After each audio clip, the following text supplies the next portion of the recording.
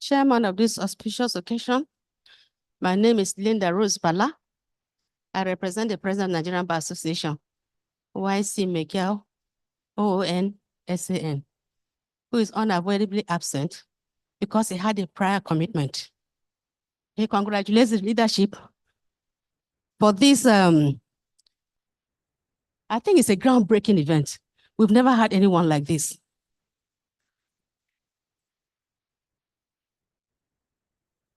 We know that the relationship between lawyers and security agencies leaves a lot to be desired.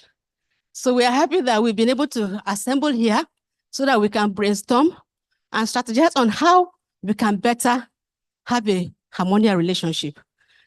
We hope that we'll be honest and frank with ourselves and be practical in taking decisions that are implementable, which is better for all of us and for Nigerians and other persons who are living within this country. We know that at the end, we'll have greater cause to rejoice. Thank you so much.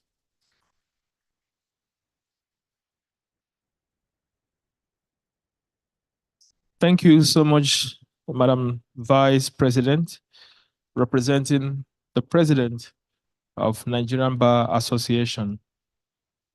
At this juncture, we will give opportunity to some of the agencies that are here with us to give us some goodwill messages.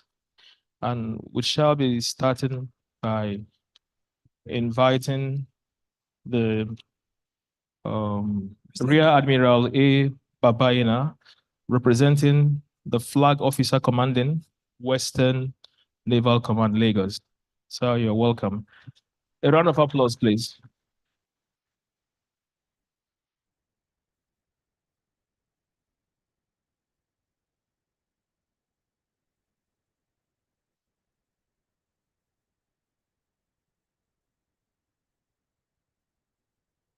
The representative of the chair of the Nigerian Bar Association, person of the first vice president, the chair of the Lagos chapter of the Nigerian Bar Association, as well as Security Agencies Relations Committee, other members here, invited guests, ladies and gentlemen. I am Rear Admiral Abdul Hamid Baba Inna, the Chief Staff Officer, Western Naval Command, and I'm representing here the Flag Officer Commanding Western Naval Command, who is unavoidably absent. Well, I'm very glad to be here, and the Flag Officer Commanding sends his regards to this gathering and sends his regrets for being absent. Like I said, it's a great pleasure to be here, and the Nigerian Navy has always had this good and close working relationship with the legal services and the Bar Association of Nigeria. We have participated immensely in all the activities that the Nigerian Bar Association conducts, and this being the first of such gathering in Lagos, in the Western Zone, sorry. It is very good initiative, and I think it will enable better collaboration between the Nigerian Navy and the Bar Association in Lagos. The Nigerian Navy believes and upholds the rule of law and will continue to do that. Our relationship with sister security services is also cordial, and we look forward to a better collaboration and really want to appreciate the Security Relations Committee for bringing us together here to brainstorm on some contending issues or relationships that we have. Once again, on behalf of the Flag Officer Commanding Western Naval Command, I thank you for the invite, and we look forward to a fruitful deliberations. Thank you.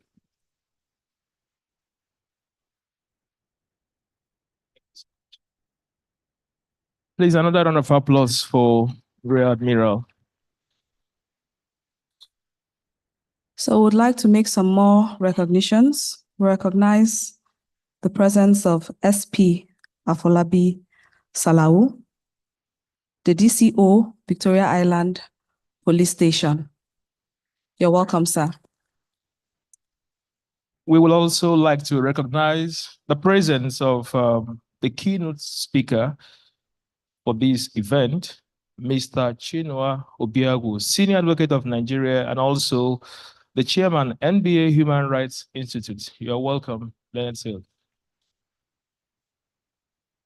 So we'll take some more goodwill messages and we'll invite Mr. Michael Wetkas, the Acting Zonal Director, EFCC Lagos, to give us his goodwill A round message. of applause, please. Yeah.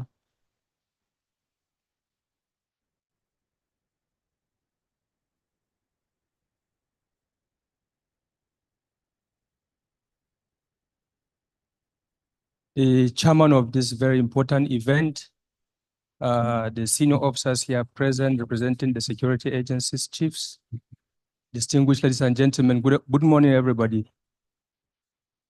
Mr. Chairman, sir, thank you very much for your kindness. You ushered me in when I met you outside. I want to apologize because I don't know the mix-up in the communication. So I went to law school. I was there 5 minutes to the time because that was the event on the letter, the schedule in the letter of invitation that we received. So I was there 5 minutes to time before I entered the hold-up to come here. So I apologize. I want to say that when I received this invitation, because of the relationship we have and the importance of it, I said I will not miss this occasion. I wanted to come here myself so that we can have this interaction together. Nigeria belongs to all of us. We're building a nation together. So when you organize this kind of program, it is the beginning of success for our people. I remember, I don't know who attended this program, when SAN, Rotimi Jacobs, commissioned his, or launched his criminal procedure book. You were there.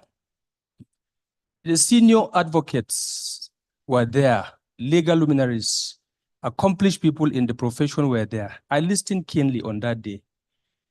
The emphasis on that day was on the need for lawyers to play according to the rule of the game, and for us in the law enforcement angle and the security cycle to also play according to the rules of the game. And then Mr. Femi Falana said, let me quote him, not verbatim anyway.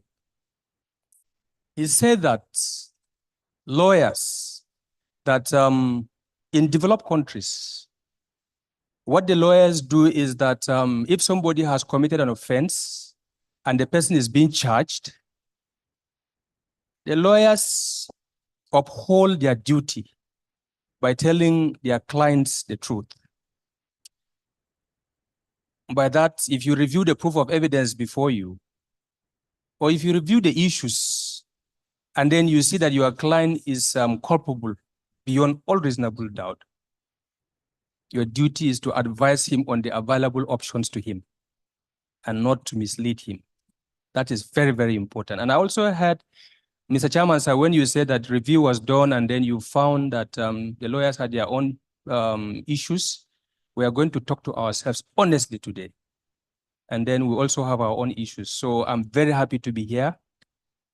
I'm glad, and I hope that this discussion is going to be also a groundbreaking discussion, like the event is said to be a groundbreaking event. Thank you very much.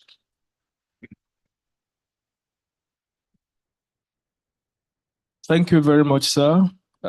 We are going to have an honest discussion. Was a takeaway from that goodwill message. We have the next person to give a goodwill message is representative of NDLEA, Dr. Olusegun Kolawole Oke. A round of applause for him, ladies and gentlemen.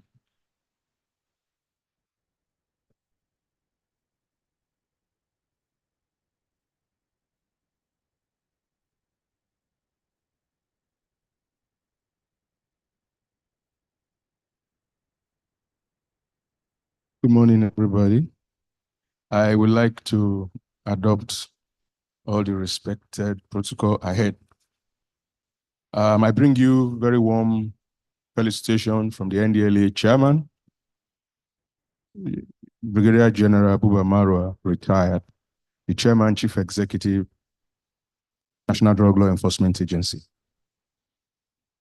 And the goodwill is about his position, what he has always told us at the management. So I'll just try and recast it here.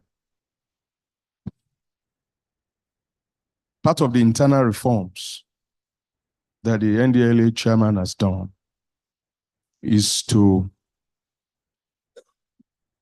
insist that he gets information of arrest and seizure in 3 hours.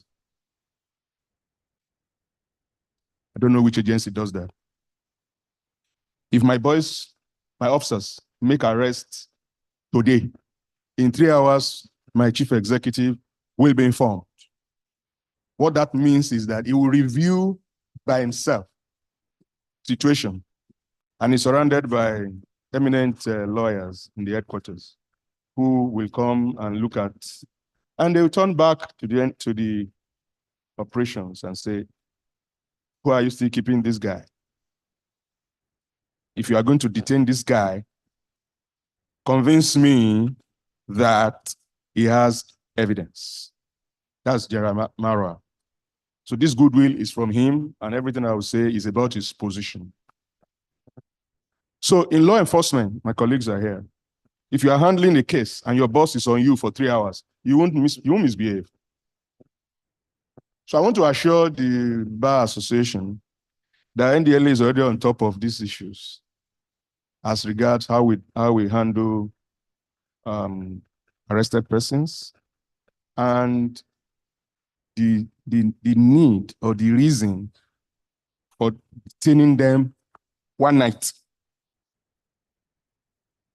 I'm sure there are a lot of lawyers here who has done cases with the NDLA. I'm in charge of the Lagos zone, and I receive a lot of petition of arrest and all that.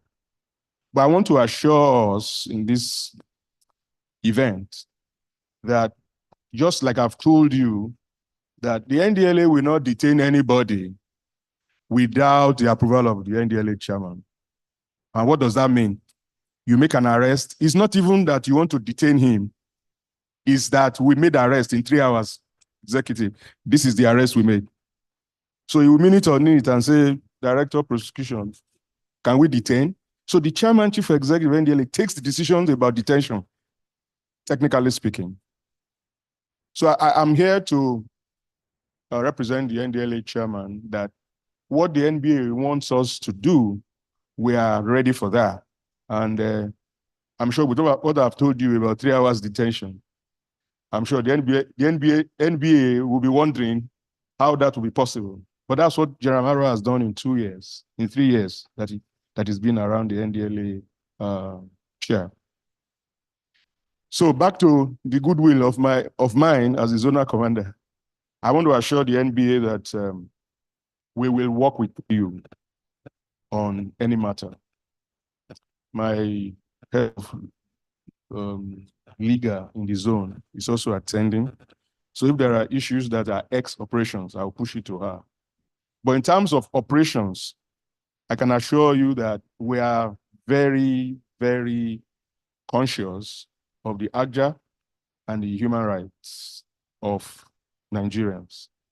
But just like one of the chiefs have said, service chiefs have said before, I want to also suggest to the NBA that encourage your members to first of all send their petition to you at your local level.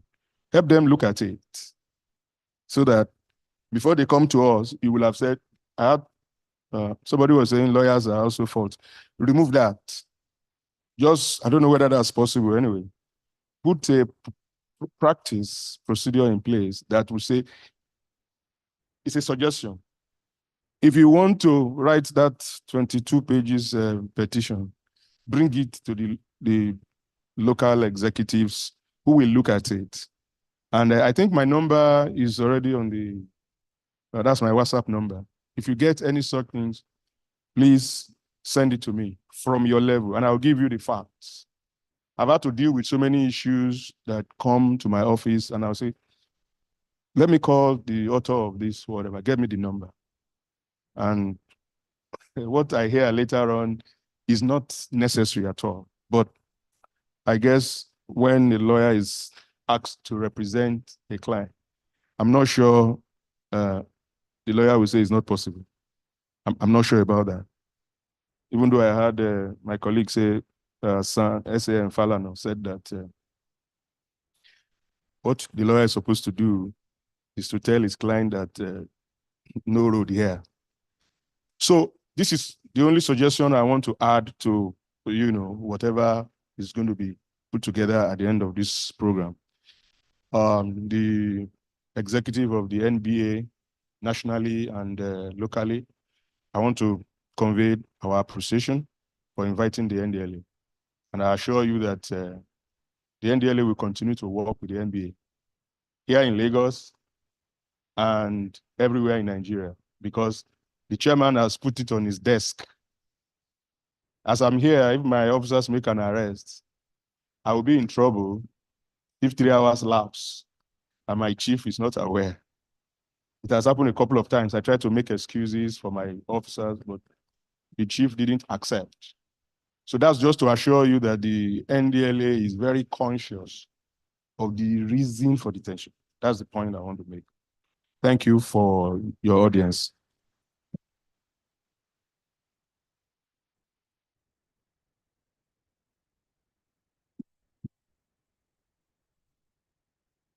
Thank you very much, Dr. Olusegun Kolawole. You've spoken well. You've quoted the law. You've stated facts. So, lawyers, you've heard it. We should look inwards to the petitions that we write. We interface with a lot of security agencies as lawyers, as the NBA, and that's why we have a good number of people who are here to give their goodwill message. And the fact that they are here just shows the willingness of these agencies to work with the NBA to ensure that there's harmonious relations between the security agencies and lawyers. So at this juncture, we'll call upon Mrs. Adebimpe Bada, who is the Assistant Commandant of Corps, representing the Commandant, Nigerian Security and Civil Defense Corps, Lagos State Command, to give her goodwill message.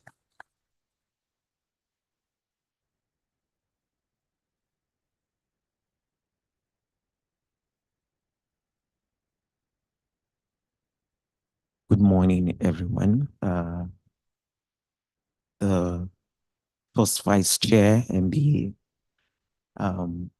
all security agencies here present, the Chairman of Security Agencies Commission.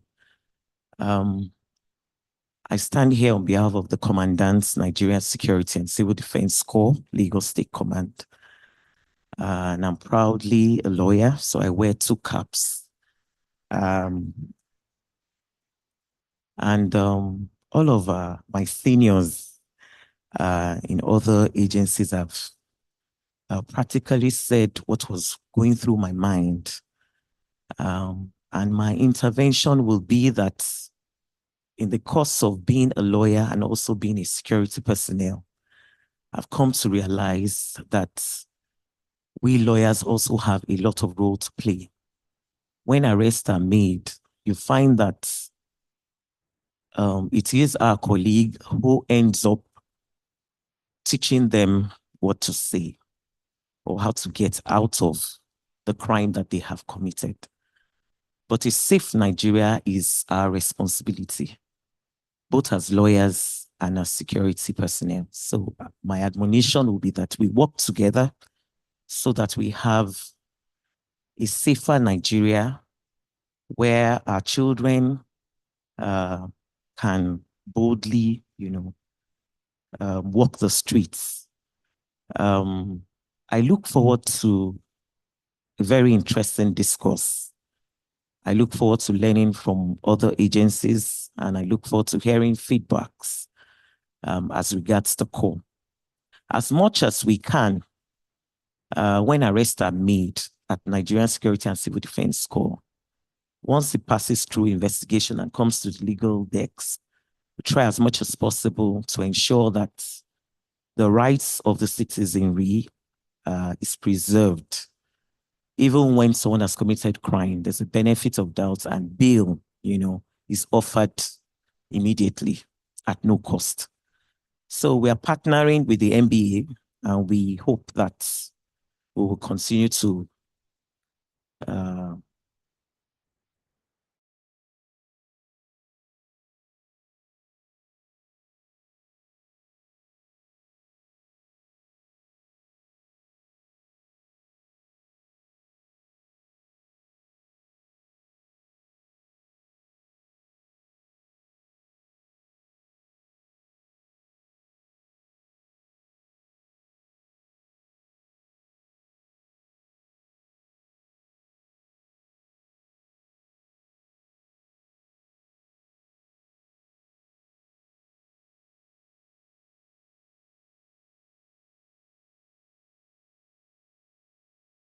So as lawyers, we must have that at the back of our mind while we represent our clients, and to also respect and understand the pivotal role that security agencies play in making sure that we have a good sleep at night.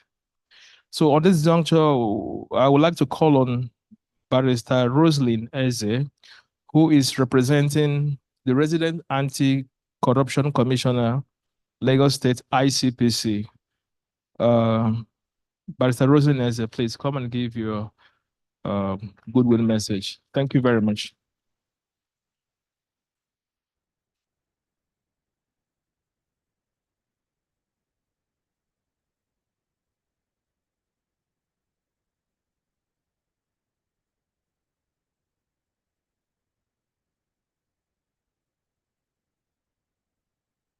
My name is Roslyn Eze, and I'm representing the Resident Anti-Corruption Commissioner of Lagos State. That's from ICPC. Please permit me to stand on the existing protocols. Ladies and gentlemen, I am delighted to be invited to participate in this town hall meeting organized by the Nigeria Bar Association Security Agencies Relations Committee on fostering a harmonious relationship between lawyers and security agencies in Nigeria. Let me use this opportunity to commend the organizers of this unique program and the chairman, Nba-Sarc, of the Nigeria Association, and the entire team of NBA, of the Nigeria Bar Association. A meeting like this is very, very important.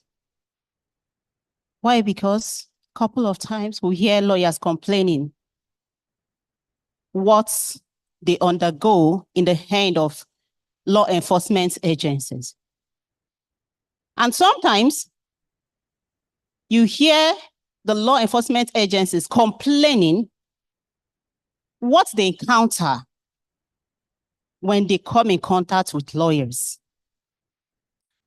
So it is very, very important that a meeting like this has been called upon. This meeting will enable lawyers and the law enforcement agency to share ideas on their progress, challenges lawyers face, and how to be more efficient in the performance of their professional duties to clients. I wish this meeting will bear a great fruit on the side of the lawyers and on the side of law enforcement agency. I wish us a fruitful and peaceful deliberation. Thank you, and God bless us all.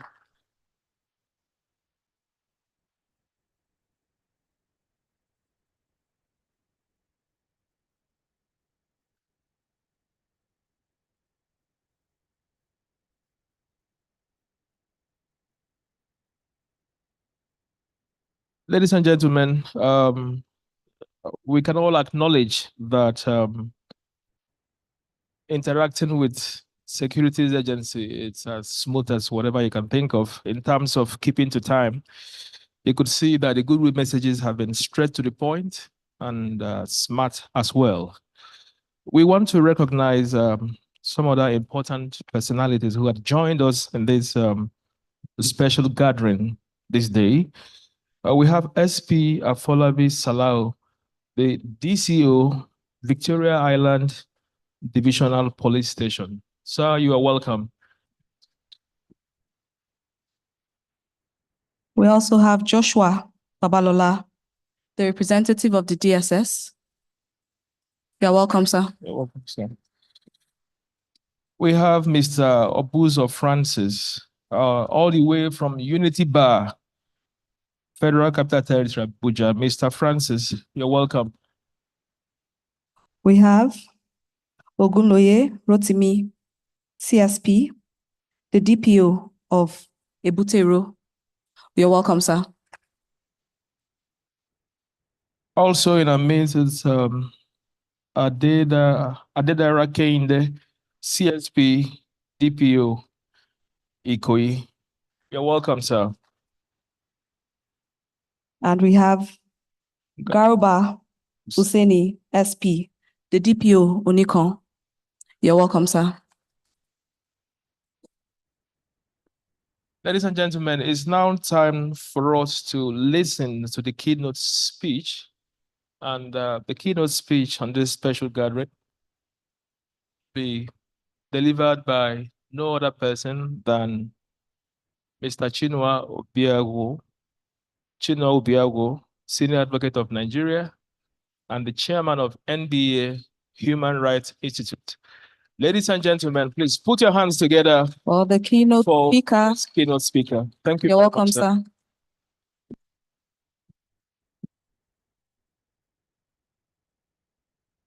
Thank you very much.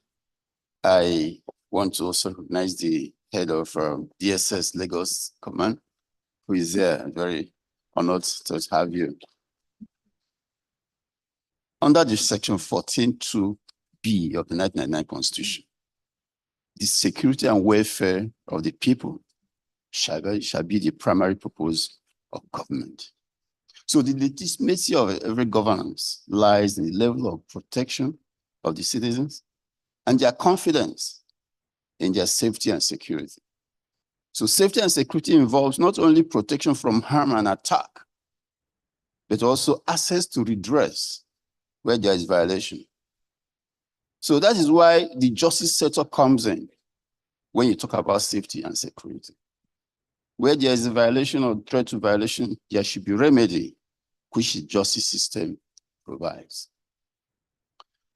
In other words, for there to be security for citizens, the security agencies and the justice sector actors must work together. Without the rule of law enforcement becomes an anarchy. And without law enforcement, rule of law becomes a facade. I want to thank the president of Nigerian Bar Association, Yakubu Shonoko Mekar, Senior Advocate of Nigeria, fellow Shadow Yusuf arbitrators, and ON, who has fostered open dialogue between the police, armed forces, and the bar. In the last almost 2 years, he has been on the saddle. He's here represented by the first vice president, Rosalinda Bala, who also a member of council of Nigerian Bar Association Human Rights Institute. I also want to thank the chairman of Nigerian Bar Association Security Agencies Relations Committee, Shukoka Ikwazo, Senior Advocate Nigeria, who we all know was the chairman of Lagos branch of Nigerian Bar Association. And during his tenure, he tried to foster closer relationship with security agencies. For putting this town hall meeting together for the Western region, I'm aware that other regions will hold similar interactions in due course. This is a very welcome development. I'm also informed that this forum is for finding solutions on improving the relationship between lawyers and security agencies in Nigeria. That is fostering harmonious relationship. So it is not a platform for trading blames or throwing punches. So I will go straight to my analysis of the way forward. But permit me to say that it is ironical that lawyers and security agencies should be having rancor. Apart from the private bar, the security agencies have more lawyers in the employment than any other sector in Nigeria. The Commissioner of Police Legal Department, for instance, has nearly 500 lawyers in his department across the command, and over 1,000 policemen and women are called to the bar. It worries me that most of them are staying in the rank and file, especially with the police. I was recently running a training along with the first vice president in Kano for police lawyers. And there are many who work in the police legal department whose rank are still sergeant or inspectors. I spoke to one of them who is almost 10 years post-call, but he's sergeant. His colleagues in the medical corps are already CSP. I know that police pilots and doctors, once they qualify, they get at least ASP entry level. Yet lawyers are not considered as such professionals to get the super promotion. I think the Nba-Sarc should take this up with the Police Service Commission. We cannot have our colleagues in the police treated this way. Once a policeman in service is called to the bar, he or she should be ranked equally with his colleagues in the medical or other professions. Now, again, I know we're talking about solutions, but permit me to recount the reasons why this town hall meeting is important. Before discussing the proposals, let me look at the context. The context that brought about this town hall meeting is this. In the last few years, the attack on legal practitioners by security agencies, especially the police, are becoming alarming. Male and female lawyers are regularly physically and verbally attacked and abused in course of carrying out their legitimate duties. And in fact, in most police stations, lawyers are forced to drop their phones at the gate of the police station when they visit to attend to their clients. Cliches like, "Kanze, what are you? You are not welcome here." Or "Suspects, so you call a lawyer." Or, "Do you want to teach me my job?" These are frequently heard cliches among police staff, especially among the rank and file. Now, are lawyers any threat to policing? I don't think so. Let us look at examples of police treatment of lawyers. And here, when I say police, it also covers other law enforcement agencies. But apart from the police, it's mainly the police that we have those concerns. In 2018, a very senior lawyer, Kunle Adesina, who's also former executive of Ikeja branch, was arrested and detained by the police in Lagos for representing a client in the police station. 2019, police officers in Abuja assaulted and arrested Morokinyo Ogele while he was representing a client at a police station in Garaki, FCT. 2020, a lawyer and activist, Tayo Temokun, was physically assaulted and injured by police officers in Lagos for advocating for his client's right. He was at the police station to request for bail for his client, who was arrested on basis of a simple civil claim. Police officers in 2017 in Kano arrested and detained Bashir Musa for representing a client in a case against the police.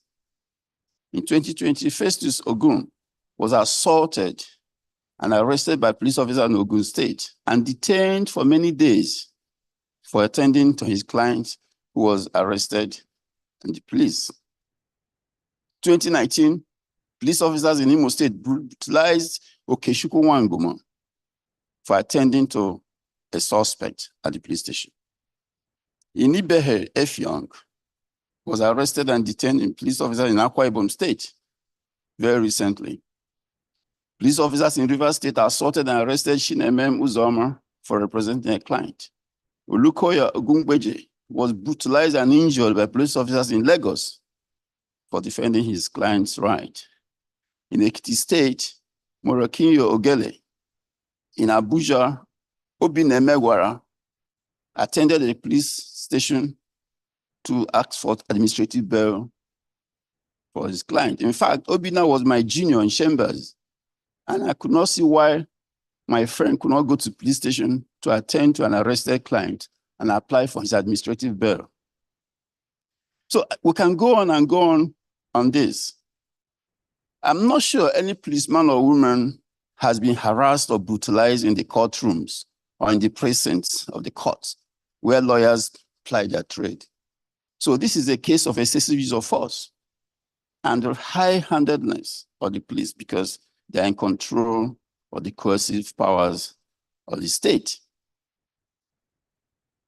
The same can be said for many other security agencies, even though we know that records have shown that a lot of security agencies do not harass lawyers when they attend the stations.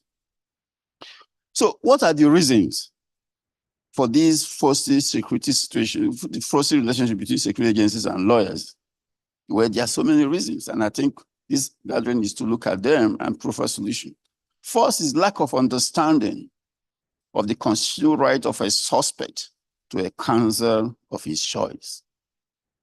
Now, there is a case, a local classic on that point, called Miranda versus Arizona. It's a 1963 case of US Supreme Court, which is now a locus in all common law jurisdiction, Miranda versus Arizona, where Mr. Miranda was arrested, but the police did not inform him that he has a right to a lawyer. He was interrogated for 3 hours. He later gave a confession for rape and murder. Based on his confession, he was convicted and sentenced to death. At that time, Arizona still retained the death penalty. His appeal went to the US Supreme Court. And US Supreme Court said, insofar as he was not giving his information about his rights, that confession was defective. And on that basis, he was discharged. That is now called Miranda rights. So in all common law jurisdiction, when you talk about Miranda rights, it means when you come into contact with the police, when they arrest you, in addition to telling you that anything you say will be used against you in evidence, the law enforcement agencies are required to inform the suspect that he has a right to a lawyer. And that has been encapsulated in the Administration of Criminal Justice Act 2015. If you look at sections 8, 9, and 10 of ACJ, it says that the person must be informed about his right to a counsel of his choice or of her choice. So law enforcement agencies may not fully apprehend the legal rights and statutory privileges that lawyers have in representing their clients at any point in their conflict with the law. That leads to misunderstanding and mutual mistrust. Another reason is the power dynamics. Security officers might assert the authority over lawyers, seeing them as a threat to their control of or investigative processes. And that has been regulated by statute, because if you look at section 17 of the Administration of Criminal Justice Act 2015, provides that a lawyer had to be present, may be present at the request of the suspect when he's being interrogated. But there is a proviso that the lawyer will not interfere with the interview or the interrogations. They may observe, sit and observe the discussion with the suspect. So there may be reasons of corruption and extortion. Law enforcement agencies may display bribe-seeking behaviors or outrightly demand bribes from suspects for which they consider the presence of a lawyer thwart. Or they may try to extort money from lawyers themselves and their client, leading to harassment and intimidation. There's also fear of exposure. They may harass lawyers to prevent them from exposing human rights violations taking place or other misconduct against their client. Lack of accountability, which gives rise to institutional impunity. Absence of effective oversight and accountability mechanism may embolden law enforcement officers to harass lawyers without fear of consequences. Impunity is from the French word impunité. It means absence of redress. When things happen and there are no consequences, it creates impunity and it creates a decay in every institution. In all cases of police physical abuse of lawyers, I'm not aware of any case in which the perpetrator is investigated, the report of investigation made public, and those responsible are prosecuted. Recently, there was a female lawyer that was also brutalized in Lagos, and up to now, there'll be no remedy. So that is the consequence of impunity. So where there's institutional impunity, because there's no redress, there's no one to complain to, there's no transparency in treating complaints, it brings this kind of rancor. Poor training and orientation. Law security officers may not receive adequate training on human rights, on legal procedures, on professional conduct, contributing to harassment and abuse. For instance, as I mentioned earlier on, sections 3 to 8 of Administration of Criminal Justice Act, and also section 20, 21, 23 of Police Act 2020, have given suspects unfettered right to counsel of their choice and to the right to consult anyone who, when arrested and before giving any statement. So if the police or any law enforcement agency does not understand those provisions, he or she will consider any lawyer or any other person seeking to assist a suspect as an intruder, disrupting his or her police duties. There may be reasons of overzealousness. Law enforcement officers we've seen may be overzealous in the investigation, leading to excessive and unnecessary use of force or harassment. Personal vendetta. Police officers may have personal grudges against specific lawyers or even against the law profession itself, leading to targeted harassment. And I spoke about institutional culture, where there's a culture of impunity, absence of institutional mechanism. And I commend the NDLA for the comment by the Lagos Command, Dr. Oke, about the chief executive trying to see that all cases of arrest are justified under the law. There may be lack of respect, mutual respect, for the both on the part of the law enforcement agencies and on the part of lawyers. The respect for legal protection of them, some of the security agencies may view lawyers as obstacle to their work, leading to harassment and disdain.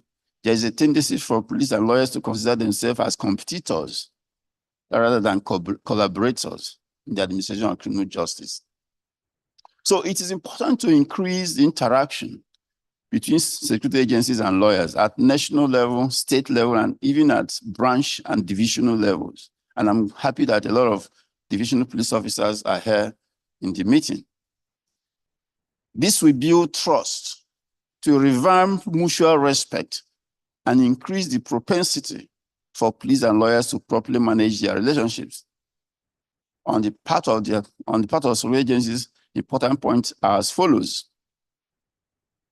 Being respectful and courteous, to treat lawyers with respect and professionalism, and acknowledge their role in the justice system as partners in securing safety and security of the nation. I have also mentioned that law enforcement without rule of law is anarchy. And for it to have rule of law, then the lawyers who work in the justice sector have to be collaborators rather than competitors. Then understanding the legal boundaries, recognizing the limits of the authority and the legal rights of lawyers and suspects, understanding the modern trends in law enforcement, where suspects are allowed the right to counsel, the right to silence, the right to humane treatment, and among others. In fact, Section 7 of ACJ 2215 specifically mentioned that everybody who's is a suspect, irrespective of the heinousness of the crime the person is alleged to have committed, must be treated humanely. And the right to silence until consultation with his lawyers is not just entrenched in ACJ and the Police Act 2020, but it's also a constitutional prescription under Section 36 of the Constitution. So there may be lack of clear communication. So providing transparent and timely information to lawyers who are attending the stations is very important in order to avoid misunderstanding and miscommunication. Of course, when a lawyer attends a security agency office and there's still a process of documentation going on, there's still a process that with the suspect, communicating that to the lawyer is important so that they will not think that you are shutting them out, and they will start having misunderstanding. Cooperation and collaboration. Lawyers and security agencies should aim towards common goal. And I'm coming to that when I deal with issues about lawyers themselves, because we also have our own issues. Sometimes someone said, if a lawyer is briefed, what does he do? Is his duty to his client, or is it his duty to society? Because the crime being committed is an offense against society. So if a lawyer is briefed by a client and the lawyer has information, showing the culpability of that client, what is your position? Is your position to make sure that your client, gets out of the crime or the offense at all costs? Or is it that the society is protected? Now, the answer is very simple. We're all taught in law school that we are what? We're all ministers in Temple of Justice. And what is justice? Justice is for society, is for safety. And when we're all called to bar, every call to bar, we are subscribed to uphold the Constitution of the Federal Republic of Nigeria at every call to bar. Go back and read your call to bar oath. That means safety of the society, Section 14 of the Constitution, safety and security of citizens, is a primary goal that we must pursue as lawyers, far beyond the interests of our client. So when there's conflict and you cannot deal with it, what do? You recuse yourself. We have seen lawyers who get briefs and they think morally and ethically they cannot go ahead with this case. They recuse themselves. And that's the honorable thing to do. And that's the message that this forum should be passing to our colleagues. So we can assist law enforcement agencies in doing their job within the ambit of the law. So avoiding confrontations, de-escalate potential conflict by remaining calm and composed, especially the heads of institutions like the DPOs. When some of these things happen, sometimes the DPOs or the DCOs or higher ranking officials, once they step in, they de-escalate the whole thing. Sometimes it's the people, the rank and file who are overzealous. But lawyers should be able to see how they can interface with superior officers in order to de-escalate potential conflict. Knowing the law and procedure. If everybody understands the policing procedure, when the policeman arrests someone, you don't expect as a lawyer to barge into the police station and you're giving audience with the suspect. There are documentation that need to take place. So, understanding the procedure will also help to familiarize and reduce tension. Professional conduct, maintain professional demeanor, respect, confidentiality, and so on and so forth. Build rapport and trust. So at the same time, on the part of the lawyers are colleagues who must properly manage their relationship with security agencies, being respectful and professional, maintain a courtesy and respectful demeanor when interacting with the police officers. Sometimes I see when we used to have NBA stickers, lawyers will buy stickers and stick to their vehicles, and as far as they're concerned, that is their driving license. That's their vehicle particulars. So when you stop at checkpoints, I'm a lawyer, and so what? So being a lawyer also means you have to obey the law. So being able to make sure that you're on the right side of the law, you respect people, you speak to them courteously, and so on. So understanding the statutory limits of your right as a lawyer to assist your client, there are statutory limits. Where the right of your suspect stops is where the right of the other person, including the victims, begins, because there's also a victim in this discussion. So criminal justice is about the society, the suspect or defendant, and also the victim of the crime. So being able to create that balance of the right of your client and the responsibility of the security agencies to investigate crime, I think that understanding is important for legal practitioners in interfacing with security agencies. Being prepared and organized, have all necessary documents, evidence, information ready. Because sometimes, like Dr. Oke said about writing petitions, you see some of the petitions being written, they were based on misinformation, unverified facts. So it's important that we don't just, take action based on facts passed on to us by our clients that are not verified. So once we be able to establish clear communication and then prepared and organized, we'll be able to interact very well and more efficiently with security agencies. Avoid confrontation. Knowing police procedure, the procedures of each security agency. If I'm going to DSS, I need to know what is required of me at DSS. If I'm going to EFCC, the lawyer should know what are required what are the requirements of EFCC, and being able to play within the limits of the law and standard procedure of that organization. Now, staying informed and updated. Maintain a paper trail, keeping a record of interaction. So that now by following and so on and so forth, and I'm sure some of these discussion that will follow this address with discussant, we raise the practical issues on how to deal with these issues. By following these guidelines, lawyers may effectively manage their relationship with the security agencies and ensure productive working environment and protect their clients' rights while visiting the stations. Members of the security agencies and legal profession who feel dissatisfied with the way they are treated can seek redress in any of the existing mechanisms. Or happily, most of these mechanisms may require improvement. For instance, the Police Complaint Response Unit, CRU. The CRU investigates complaints against, made by public against police officers. So complaint can be led. And if you go to the website of the Nigerian Police Force, the CRE is very active online. They have posted all the complaints they receive and what they have done with those complaints. It's very commendable. And a lot of police officers, police staff have been, sanctioned, and they're all there. Now, in case of lawyers, we have the Legal Practitioners Disciplinary Committee, LPDC, which has been revamped. In fact, these days, it takes less than 6 months to process complaints and petitions. And then we also have the Inspector General's complaint unit. We have liaison points between in the police stations, the police human rights desk.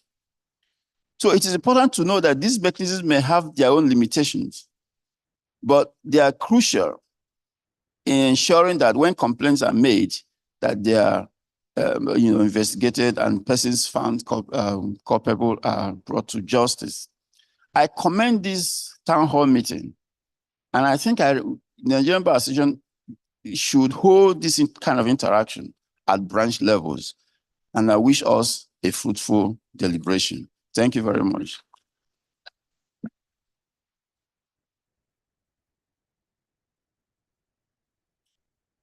I think we can do better than that for our keynote speaker, who is a renowned human rights activist and leaded senior advocate of Nigeria. The key takeaway is that as lawyers, we should also look inwards and ask the question, physician, heal thyself. An interesting point has been made that lawyers can also write frivolous petition as instructed by clients and they accept it. So while we also criticize or condemn the nefarious activities of law enforcement agencies, there is also a corresponding responsibility as learned gentlemen of the bar to also search our hearts and see where we are dropping the ball and where we can take the blame. Ladies and gentlemen, while we were listening to the keynote speaker, some eminent persons joined us in this August gathering, and I have the pleasure to welcome Mr. Chijioke Okoli, Senior Advocate of Nigeria and former Chairman of NBA Lagos. Mr. Okoli, you're welcome. Also joining us is Mr. Lutana Okoli, Senior Advocate of Nigeria and the Chairman of the Illegal Practice of Law, NBA Lagos. Welcome, sir. We have Mr. Bob Ijoma, who is the NBA Lagos Securities Agencies Relations Committee Chairman at the NBA Lagos branch. You're welcome, sir. We also have Mr. Sheyi Olaoni, the chairman of NBA Ikeja. Welcome, sir. And our very own Yetunde Cardozo, who is the OC Legal of Lagos State, State Criminal SCID Panti. You're welcome, madam. We also have DCP Ahmed A. Latif, Doctor, PhD. He'll be speaking on the next panel. You're welcome, sir. And finally, we have Mrs. Esther Jimo, our able NBA Lagos Vice Chairman and Chairperson of the Human Rights Committee. So at this juncture, we would call on the NBA Ikeja Chairman to come and give a goodwill message on behalf of the chairman, all the chairmen in Lagos State, NBA chairman in Lagos State. And just to mention that after this goodwill message, we will go to the plenary proper with the first session. Thank you.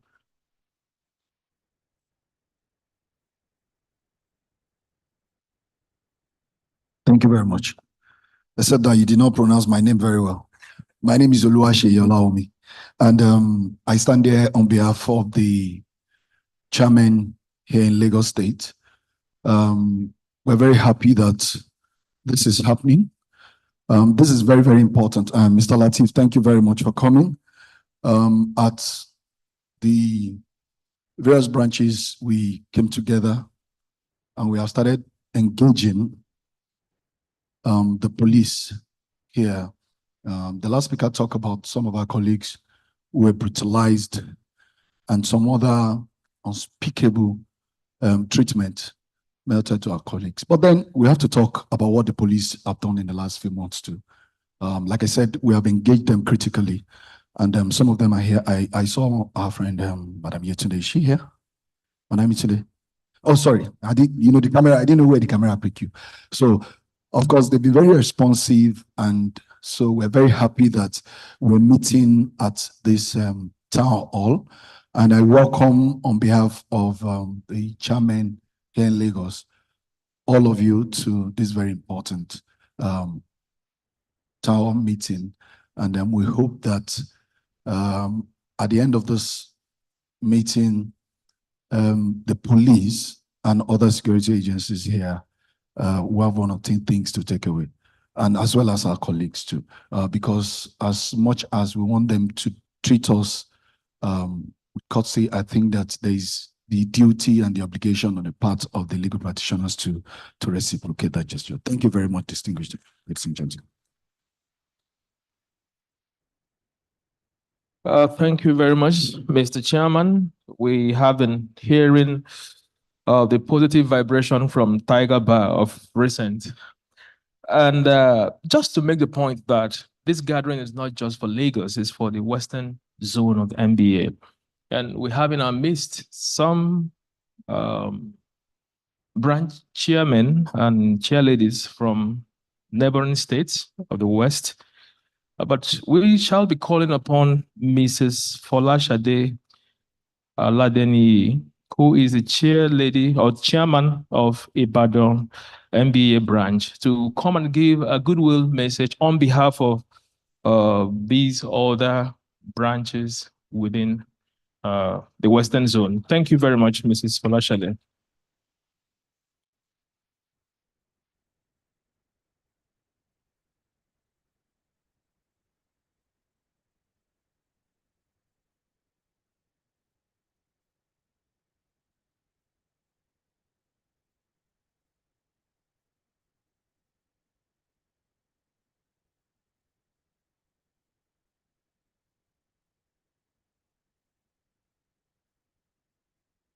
Good morning. First Vice President of the Nigerian Bar Association, the chairman of this town hall meeting, the convener, Nba-Sarc, and the representatives of the securities agencies here present, our learned colleagues in uniform, and chairman of other branches, and everybody in this hall. I'm happy to be here as the keynote address was going on, and that was a very beautiful keynote address by Nba-Sarc, touched every aspect of it. This is a very, very welcome development, and because incidences of disputes, disagreements between law enforcement agencies and lawyers are very rampant. And in fact, in my own branch, we have 2 cases that were filed against the Nigerian police force. One went in our favor, the other one is still pending. I know that if we have been able to have this town hall meeting interactions, things wouldn't have gone that way. And then so many issues have been touched by the keynote speaker, which I think are very germane issues that we need to really iron out between the enforcement agencies and the legal practitioners, which we should know where our duties and rights actually start and end, and then how we can also approach security agencies, in ways that will actually yield to positive responses from them. So this is a very welcome development by the Nba-Sarc. Thank you for inviting other branches from the Southwest. As we were going on, I said, we actually should have also invited police officers from other branches from neighboring states, because I can see so many officers from Lagos State being represented here. If this is a Southwest affair, then OC legals from other states too should have been invited. That may be a little bit of an oversight on behalf of the organizers. But just as somebody has advised, the branches too can have their own Nba-Sarc at their local branches. And that would actually go a long way in working harmonious relationships between both parties. I'm happy to be here with some of my members from the branch. My public secretary is here, and another member from Ibadan is here. Thank you for inviting us. And I wish us a very fruitful deliberations today. Thank you. Thank you very much, Madam Chair, for those important statements. So we must remember that we must continue to collaborate, continue to have events like this where we continue to dialogue, come together, dialogue, and think about the way forward. So we've talked a lot, goodwill messages have been given, and we are now ready to go into the proper substance of the day, which is the panel discussions. And we're happy to say that our panelists are all here, and we'll start by calling DCP Ahmed A. Latif, the DC SCID Panti Lagos. You are welcome, sir. Thank you for honoring our invitation. You forgot to add that he has PhD. PhD, that cannot be overlooked. PhD. Anyway, sir, please feel free. You are our important guest. You're welcome, sir. We also have Mr. Michael Wetkas, the Acting Zonal Director, EFCC Lagos. You are very welcome, sir. I believe that some of the agencies that lawyers have the most interaction with are the police and the EFCC. I stand to be corrected, and we are happy that we have them ably represented to engage in this discourse this morning. We also have Mr. Lotana Okoli, Senior Advocate of Nigeria, renowned legal practitioner, the chairman of the Illegal Practice of Law, NBA Lagos. You are very welcome, sir. A round of applause, please.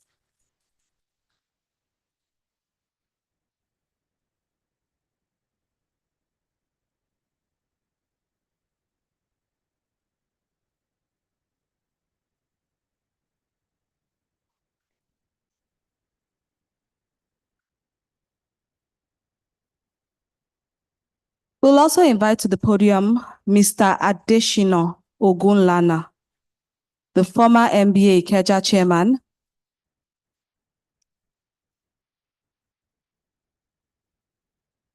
is Mr. Adesina here? Okay, he's making his way down. Welcome, sir.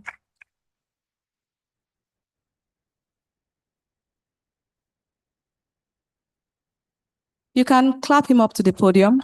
Thank you.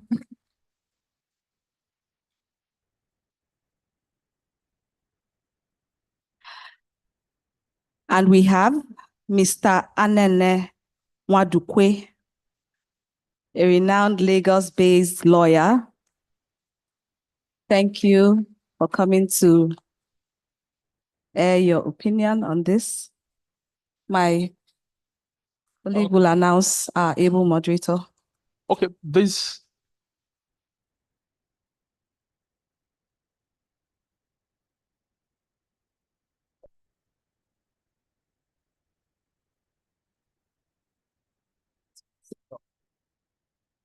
So, yes, so would also invite Mrs. Linda Bala, the first vice president, to contribute to the discourse. You're welcome, Ma. Welcome. And this plenary session will be moderated by the chairman of SARC, Mr. Chukwuka Ikwazam, Senior Advocate of Nigeria. Kindly give him a round of applause. He's ensured that this event has been put together. I mean, this is the first of its kind. This is the first of its kind, so I think we can do a bit better. Yes, and we should encourage him so that he will do more. He has told us that we are going to have 2 more of these this year. Well done, sir. Thank you very much. I think that we have come to the real meat of the matter. The very reason for our convening here today. Like I said during my welcome remarks, what we wanted to do today was to get a balanced view of things. And when you look at the composition of the panel, you see that there is some intentionality about the selection of the panelists. We have made sure to have people from the security agencies and also to have lawyers so we can get a balanced view. So I'm happy to welcome all the panelists and to thank them for accepting to be part of this conversation. The only other point I was going to make, and this is an aside, Mr. Lotan Nokoli was introduced as the chairman of illegal practice of law.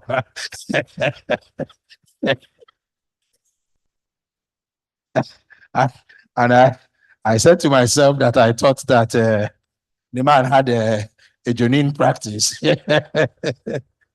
but what my sister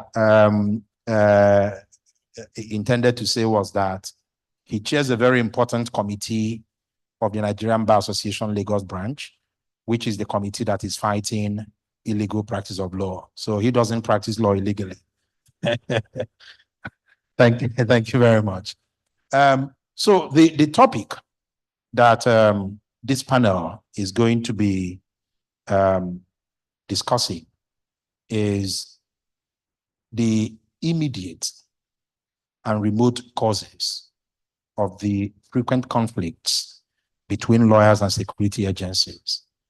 If we say we're having a town hall meeting to discuss how we can improve on the relationship between legal practitioners and security agencies, then it is important that we start that conversation by looking at what the flashpoints are, what the points of conflict, the immediate and remote causes, what they are.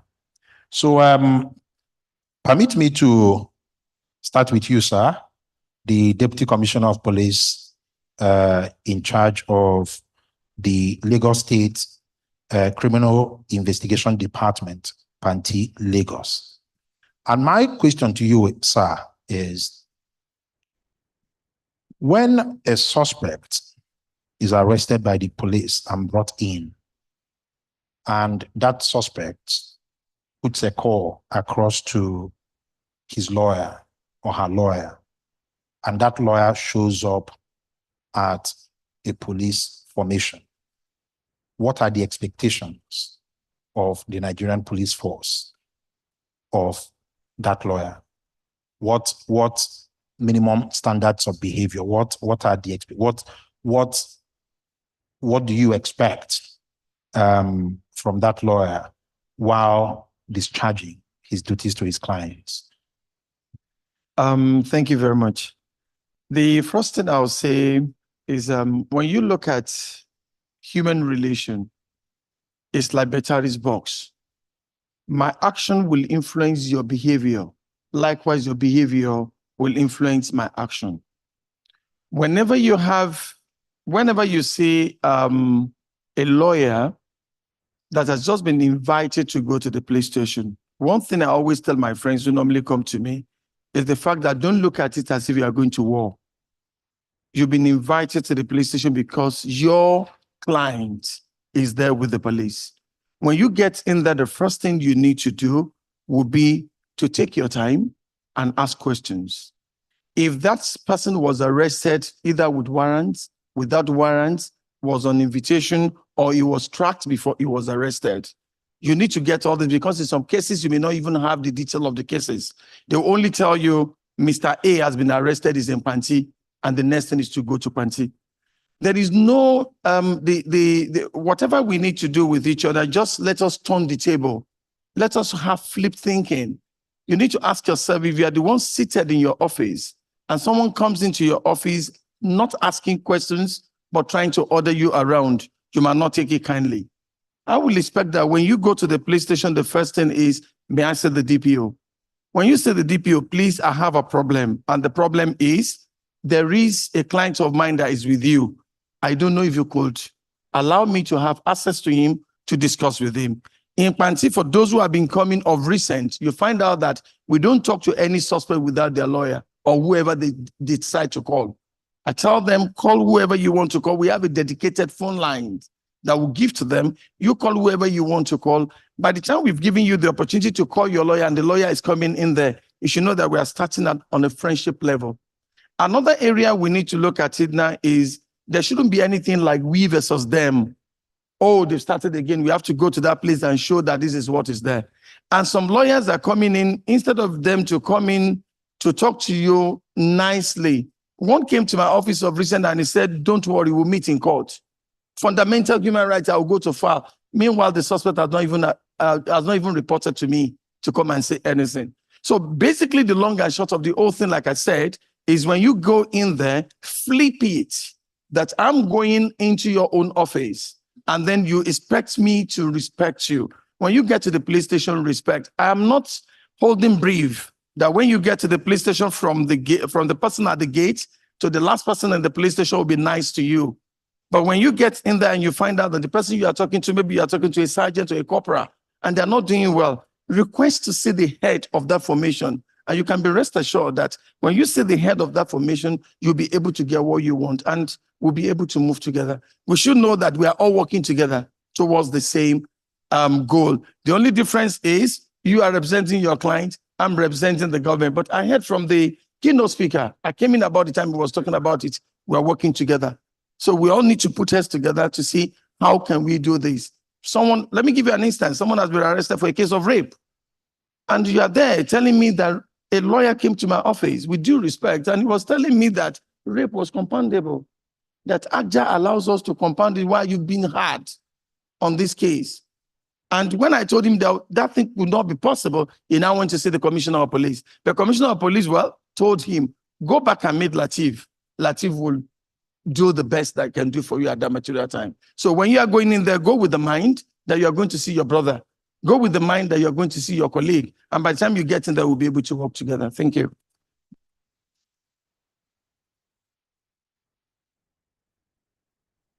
Thank you very much, sir.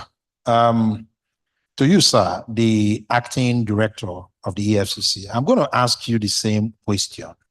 But picking on what the DCP said, as a practical matter, because he talked about, and we understand that most times the issues that occur between lawyers and security agents oftentimes involve junior officers, right? At least that's the experience that my committee has had in dealing with over 50 cases since our inauguration.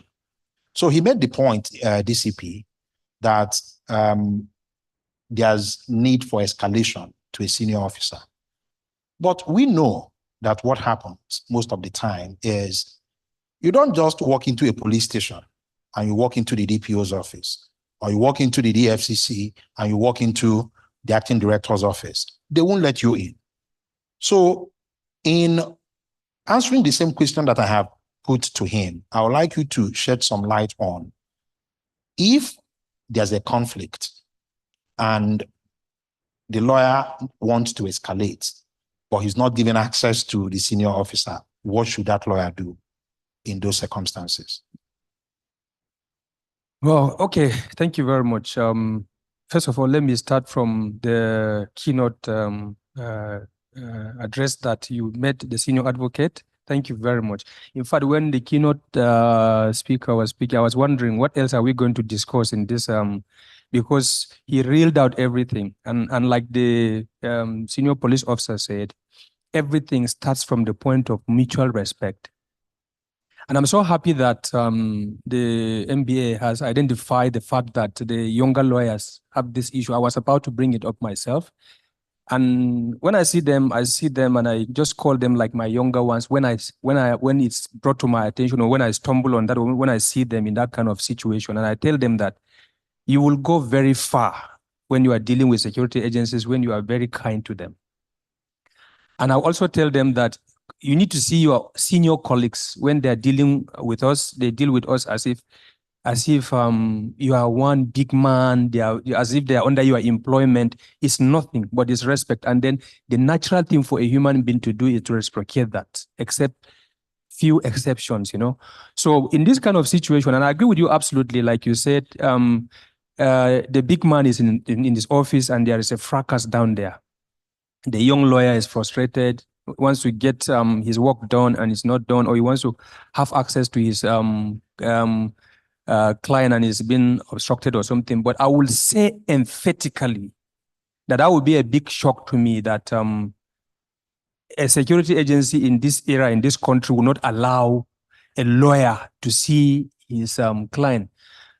When it is known by all of us that ACJA provides for that, all the laws of this land provides that you have to get a lawyer.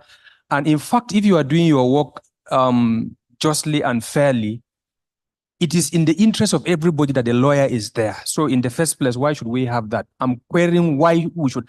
If we have a situation where the lawyer down there is frustrated and does not have access to his client, it's a monumental failure on the part of the security agency itself. But if it happens, I will advise that that young lawyer goes back, pick his phone, call his superior. Because if you are the superior, sir, and you are being called by your young lawyer that I went to EFCC and then this is what happened, they didn't allow me to do what I'm supposed to do legitimately, you will have your way around, and then you must be able to call one or two persons. If you are not able to call me, you will call a sectional head or somebody who is more senior to be abreast of that ongoing issue. And then the natural thing is for us to address it. So I will just say straightforward that if such happens, which is not supposed to happen, then that young lawyer goes back, pick up the phone, call a more senior lawyer who will now get across to us and we'll be able to address that. Thank you. Thank you very much. Thank you. Mr. Kohli, Senior Advocate of Nigeria, sitting down and listening to the acting director of the EFCC and the Deputy Commissioner of Police, one would almost live with the impression that walking into the EFCC or walking into a police office, into a police station, is a walk in the park. From the standpoint of a lawyer, you're a very senior lawyer.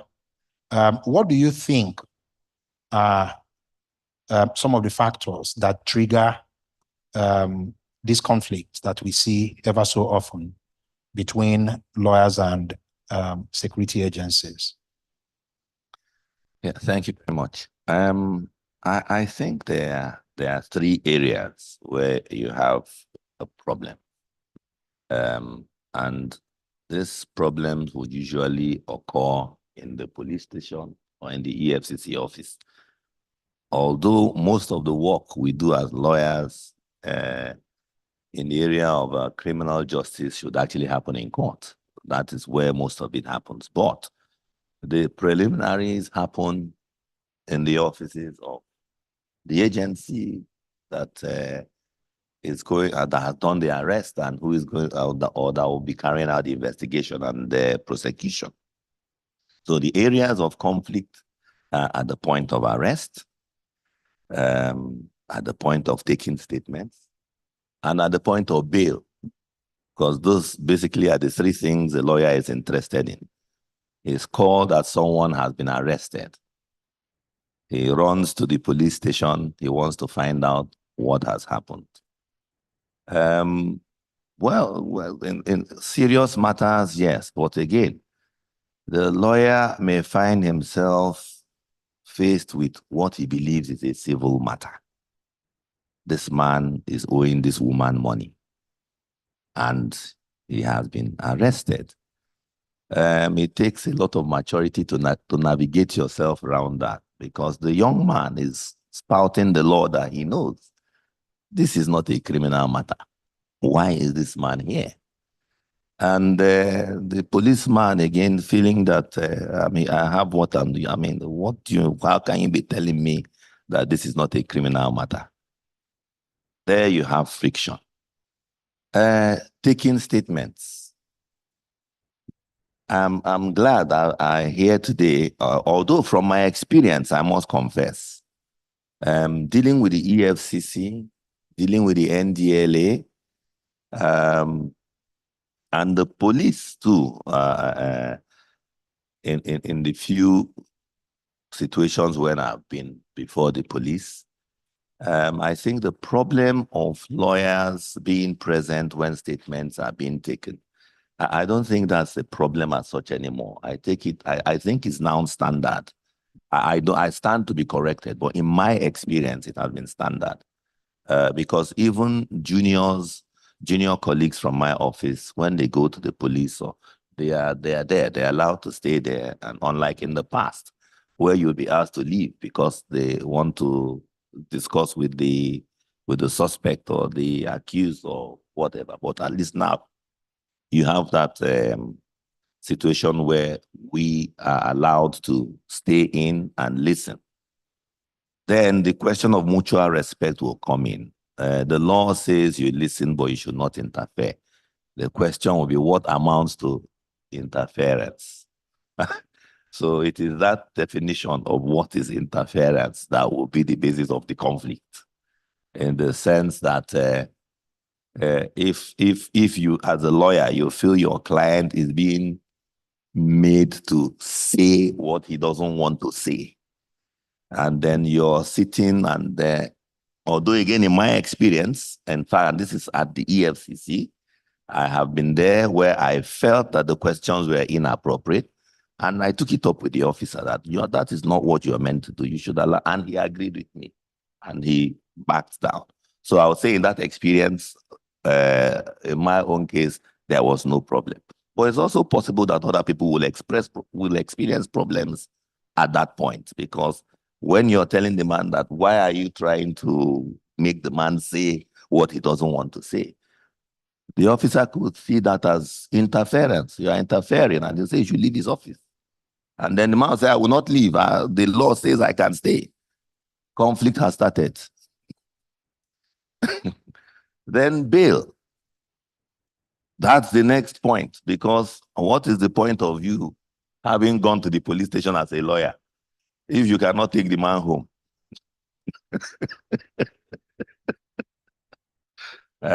So you're there and you're being taken forwards and backwards. So the man to sign has gone. He will come back by 6. And, and you're sitting there and going up and down. That again will bring about some form of friction. Again, in my experience, with the EFCC, again, I will say, I haven't really experienced that. I have actually had a situation, or my experience has been that the question of bail has not been difficult. The only experience I can remember where bail was difficult was where we were trying to get bail on self-recognizance. And they insisted we must bring a shorty. And where would the man get a shorty? We came from Lagos, we don't have anybody here. And they said, no, you must. So we had to start running all over the place trying to find someone. But at least we were granted bail. But it's also possible that you experience a situation where you feel that bail is being unreasonably delayed or withheld. And that again will lead to an exchange somehow, and it could get heated up and it becomes a conflict. So I think the important thing at the end of the day is that on both sides, we need, like the two gentlemen have stated here, and the keynote speaker also said, it's a mutual respect thing. But I also think in addition to that is an understanding of the law and the boundaries of the law thing, which is for law enforcement to understand what is the duty of a lawyer, what are his rights, what is the right of the suspect, and then what are my own powers and rights. And the lawyer too has to understand what is the duty of the policeman, what is he trying to do, what are his powers, what is he allowed to do. I think if you work within that, then each person will respect the other person's boundaries and things should be better. Thank you. Thank you very much. Our beloved first Vice President, I'm going to come to you very shortly. But before I do, Mr. Ogunlana, by the way, Mr. Ogunlana was the chairman of Ikeja branch about the same time that I was chairman of the Nigerian Bar Association, Lagos branch. You have listened to the acting director of the EFCC, the DCP Panti, and Mr. Kohli. I would like to get your thoughts. Mr. Kohli has told us how not very bad his interactions have been. But I also know that Mr. Kohli does not represent the average lawyer. Yes, even if I say so myself, he doesn't represent the average lawyer. So, sir, in your view, what are those practical issues that trigger conflict when the average lawyer walks into either the EFCC or any security agency for that matter to discharge his professional duties to his client? Thank you. Well, thank you. My view is that it's a class thing. The police itself, apart from being a class thing, the police itself or the secret agencies have a problem, institutional problem. Well, most of the institutions that we have that are British, including the religion, we do not have the jurisprudential understanding of their source. And as Africans, we are yet to key into the core values of these systems and methods. The police see us generally as, that is legal practitioners, as obstacles to their work. But they themselves, how do they operate? I've listened to the chiefs and I was very impressed with what the goodwill message of the NDLEA chief was about. I was saying in my mind, within 3 hours, all the suspects in Nigeria must get to the table of Brigadier Marwa. I said Dalamba. I'm sorry. I'm sorry, but Mr. Kwasana, you called me. And you see, the idea, what we read about police work or security work, generally from the so-called civilized state, is that they investigate first. But in Nigeria, is report. When you report, action starts immediately. This is a problem for the police themselves. Because when you now arrest, there's been many of the time, I don't say most of the time, many of the times there have been no prior investigation, even before inviting or before arresting. So the system itself has made the police to look as if necessarily brutal. The forensics that will be support, the background for them to even do the work, most of the time, is not even there. So the natural imperative for them to get the job done must involve a bit of bullying.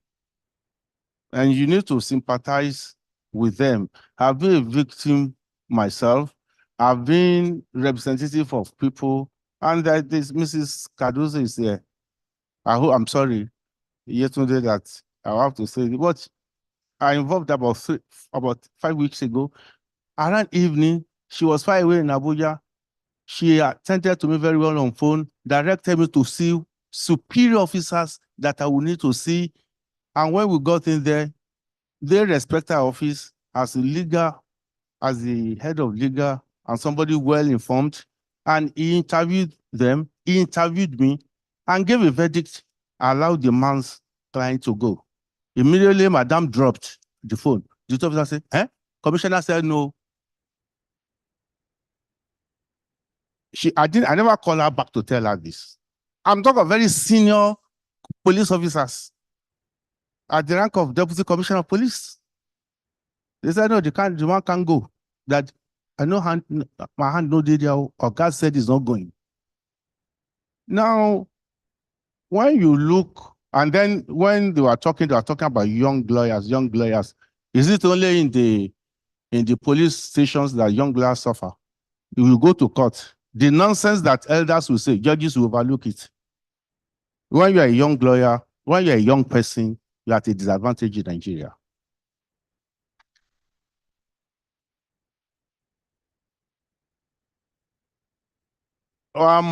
The issue, I agree that on our own part too, many lawyers are actually mercenaries. This is the truth.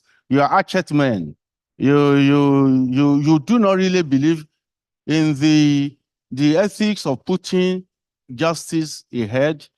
You are mercantilist in your approach.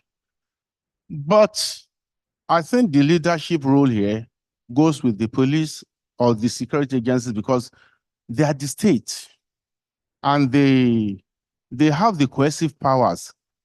And to whom much is given, the Bible says much more is expected. The discretion to weigh it and to look at what really are the rights of this person.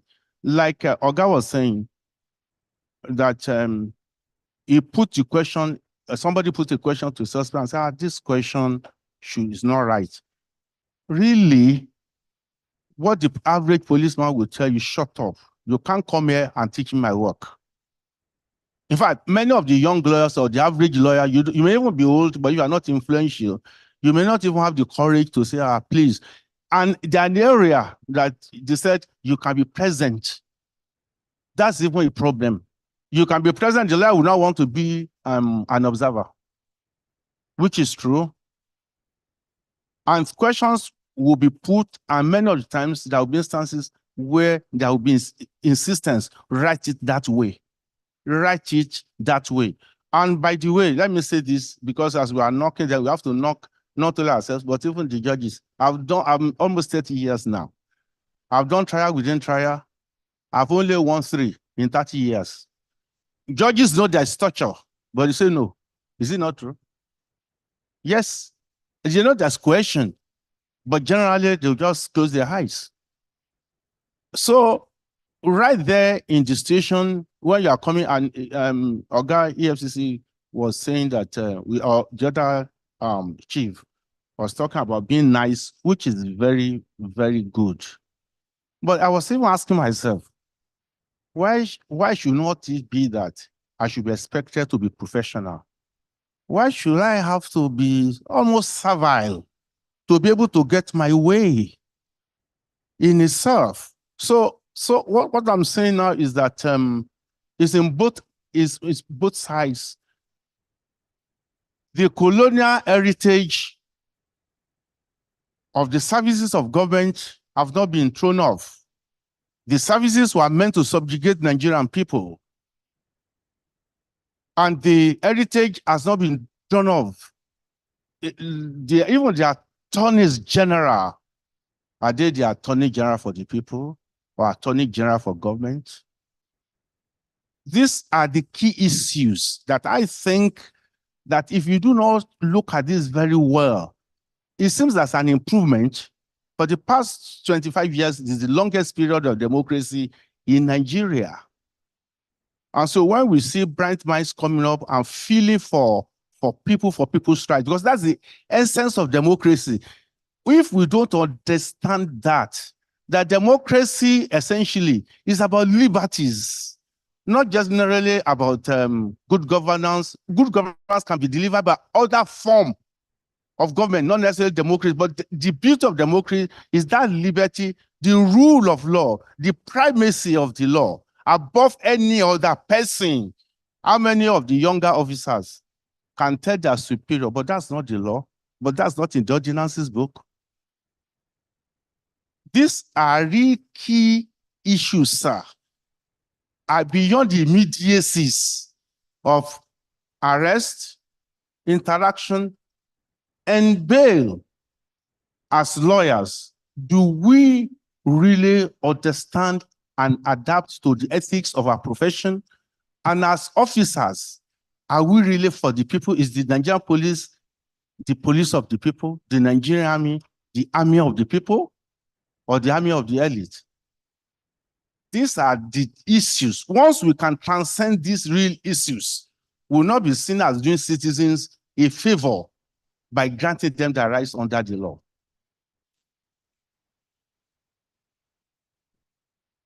Thank you. Thank you very, very much for that intervention. So I come to you, our first vice president. When Mr. Kohli was made his intervention, he identified what, for want of better description, I would describe as flashpoints in the engagements between lawyers and security agencies. One of the things that he mentioned is bail, right? The Nigerian police, the EFCC, all the security agencies, they announced to us publicly and confidently that bail is free. But many people in this room would argue that that is different from reality. So focusing on that issue,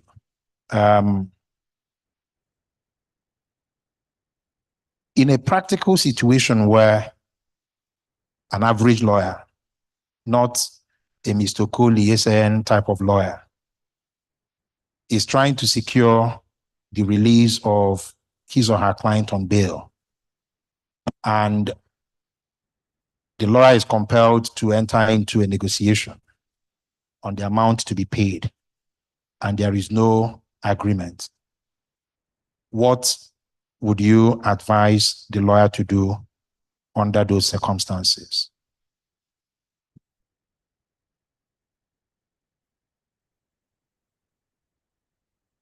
Thank you, Mr. Chairman. I'm sure most of us have experiences about this issue of bail. And one of the reasons why we are here is to be able to find ways of moving forward. At least you must give it to the police that a woman can now admit someone to bail, whether it is with money or without money, you understand? So if you go to, yes, if you go to a police station and you want to admit someone to bail, they will not say because you're a woman, you are not capable. We've gone past that. But I think the issue is whether we are comfortable. I'm not holding forth for the police. Times are hard, whether you like it or not. If we say bail is free and the average officer is comfortable, he will not compromise his position. You wake up in the morning, you're thinking of how you pay your children's school fees or how you follow your car to the office to get, and you manage to get there. The first thing that comes to your mind is whichever suspect comes today must find. It's not a laughing matter. This is just reality. Because you have challenges at home. You are the head of the family. So I think that we should go a bit further than what we're accusing them of doing. And secondly, you must realize that sometimes some of us are not of sound disposed mind. There's a thin line between life and death, just like there's a thin line between sanity and insanity. When someone walks into your office, you get, you never can tell what he's under. He might have left his home, fighting with his wife, you get, and you approach him. You're not going to get a good response from him. So I think that mental health is another issue we should also address, whether we like it or not. So we are here because we want to find the way forward. What is the strategy that will help all of us so that when you approach any of these security agencies, you don't have to be thinking about whether you'll be asked to pay for money or not. I think this is a talking point that we're here to do. Thank you. Thank you very much. And just to let us know that there's going to be a second panel. The second panel will be focusing on practical things that can be done to improve the relationship between security agencies and lawyers. We're exploring with this panel what the conflict points and the triggers are. Anene, I'll come to you now. Our first vice president has raised an issue which many of us believe is the big elephant in the room, and that is the issue of corruption, right?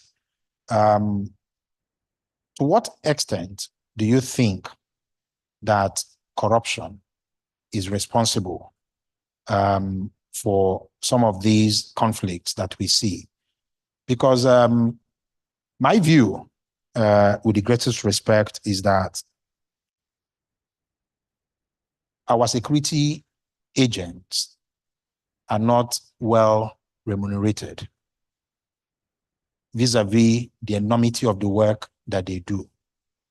But as an individual, I don't believe that there's any justification for corruption. If you have a job and that job is not paying you well, you quit. The fact that you're poorly remunerated cannot be justification for corruption. But the question that I ask you is, to what extent, if any, do you think that corruption is at the root of these issues that we're talking about today? Thank you, Leonard. First and foremost, I just want to say corruption is the bane of all the problems lawyers face in most of these agencies. Oh, thank you. I said corruption is the fundamental issue. The police station is not a money-making venture, for example, or any security agency that you approach. Professionalism must be the order of the day. So in talking about these things, what I want to point out here is that basically, which you've said, if you don't like a job, if it's not giving you that satisfaction, you quit the job.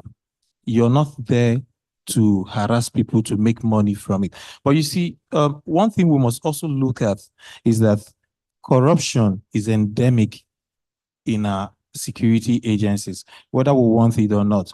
And that's why you see when you're driving from Lagos to Onitsha, for instance, the people there on the road, they are there because they want to make returns to the big elephant in the office. If you don't want it, they won't place you there. If you have police and friends that you've talked to, you see as in it's basic. And so part of the issues there is that we still have institutions, security agencies, the organizations which they represent.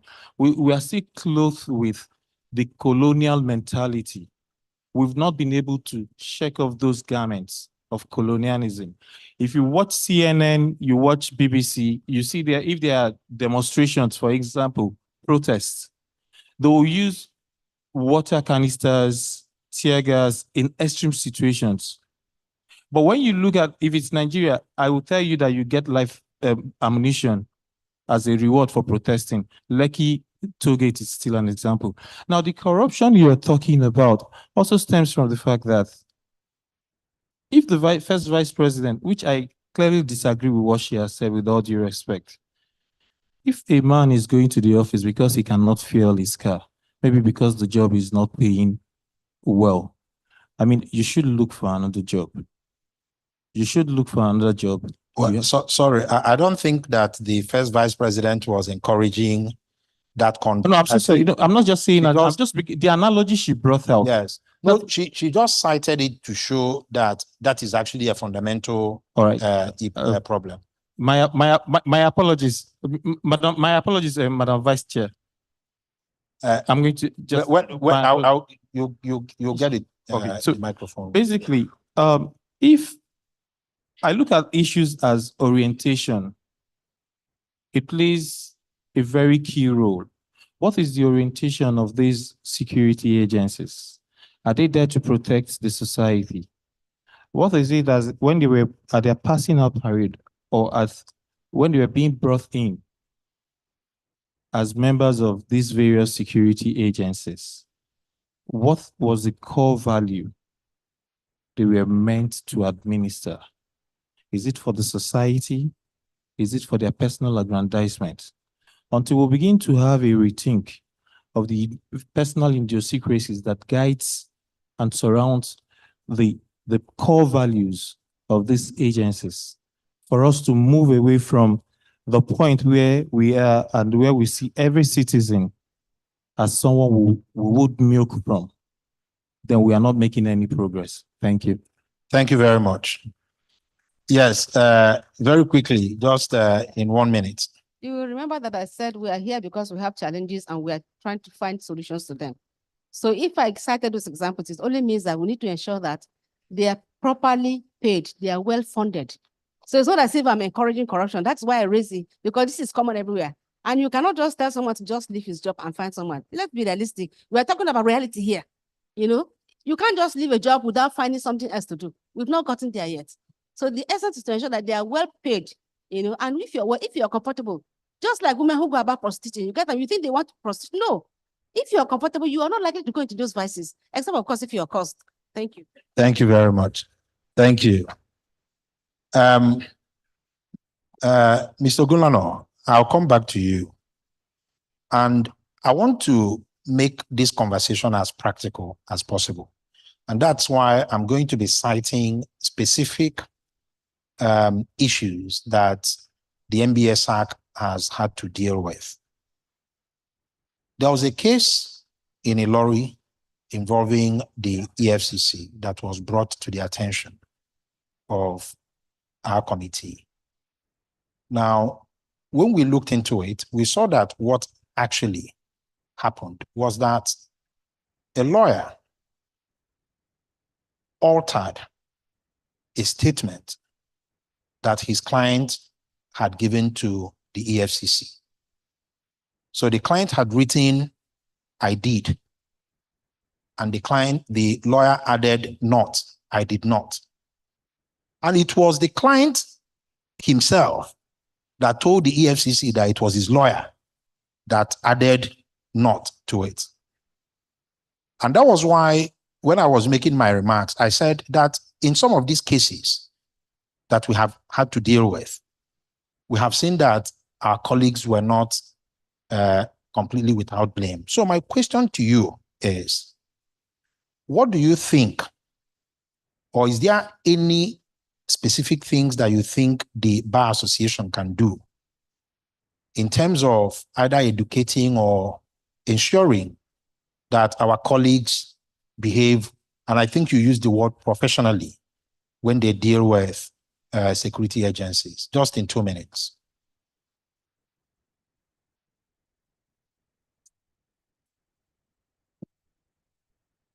Mr. Moderator, to respond to you in Yoruba, Ogbenutan, this one is much. If a suspect should write, I did, and a lawyer, and that lawyer should not go home, and the lawyer wrote, I did not, I had not.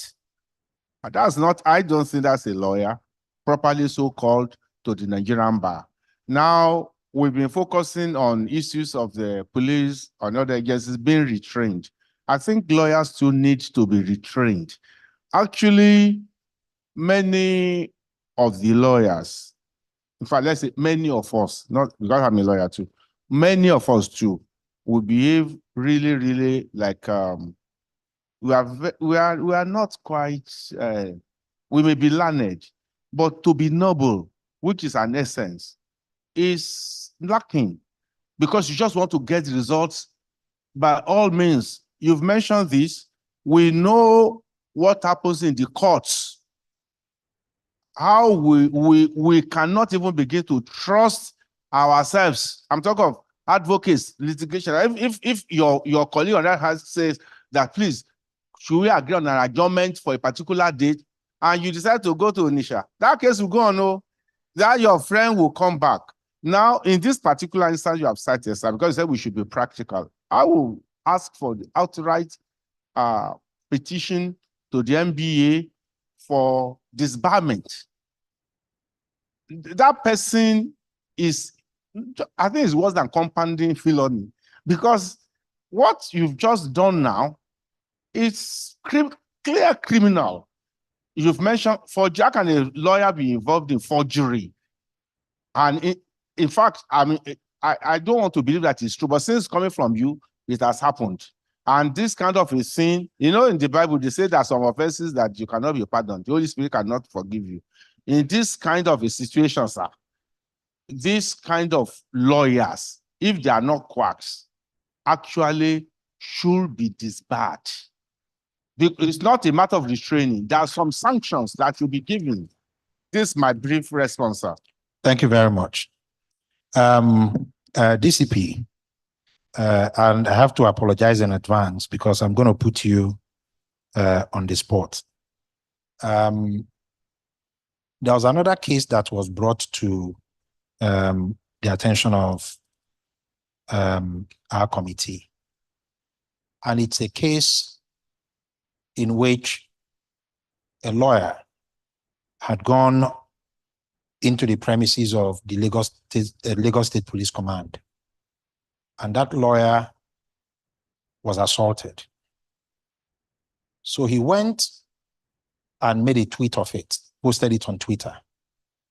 And the ever diligent PRO, Lagos State, picked it up, escalated it, and our colleague was invited by the police to the state headquarters for what the police described as identification and an identification parade. The idea was that all the officers would be lined up and he would pick out who assaulted him. So I felt that was totally unnecessary because my view was that if the police have responsibility of investigating crimes committed in the larger society, it shouldn't have any difficulty investigating and finding out who assaulted a lawyer within the premises of the state command. But that identification parade took place. There was no identification, right? And as we speak today, we have not heard anything about it. Now, where am I going with this? There's a sense among lawyers that the security agencies, when one of them has done something wrong, rather than expose the person and deal with the person, there's a culture of concealment and protection.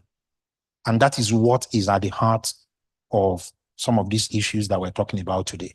So I would like to get your perspectives. This impression that many lawyers have that when a police officer or a security agent has done something wrong, the tendency is to cover it up, protect the person, and not expose and punish the person publicly. Do you agree with that? If that impression is wrong, please tell us.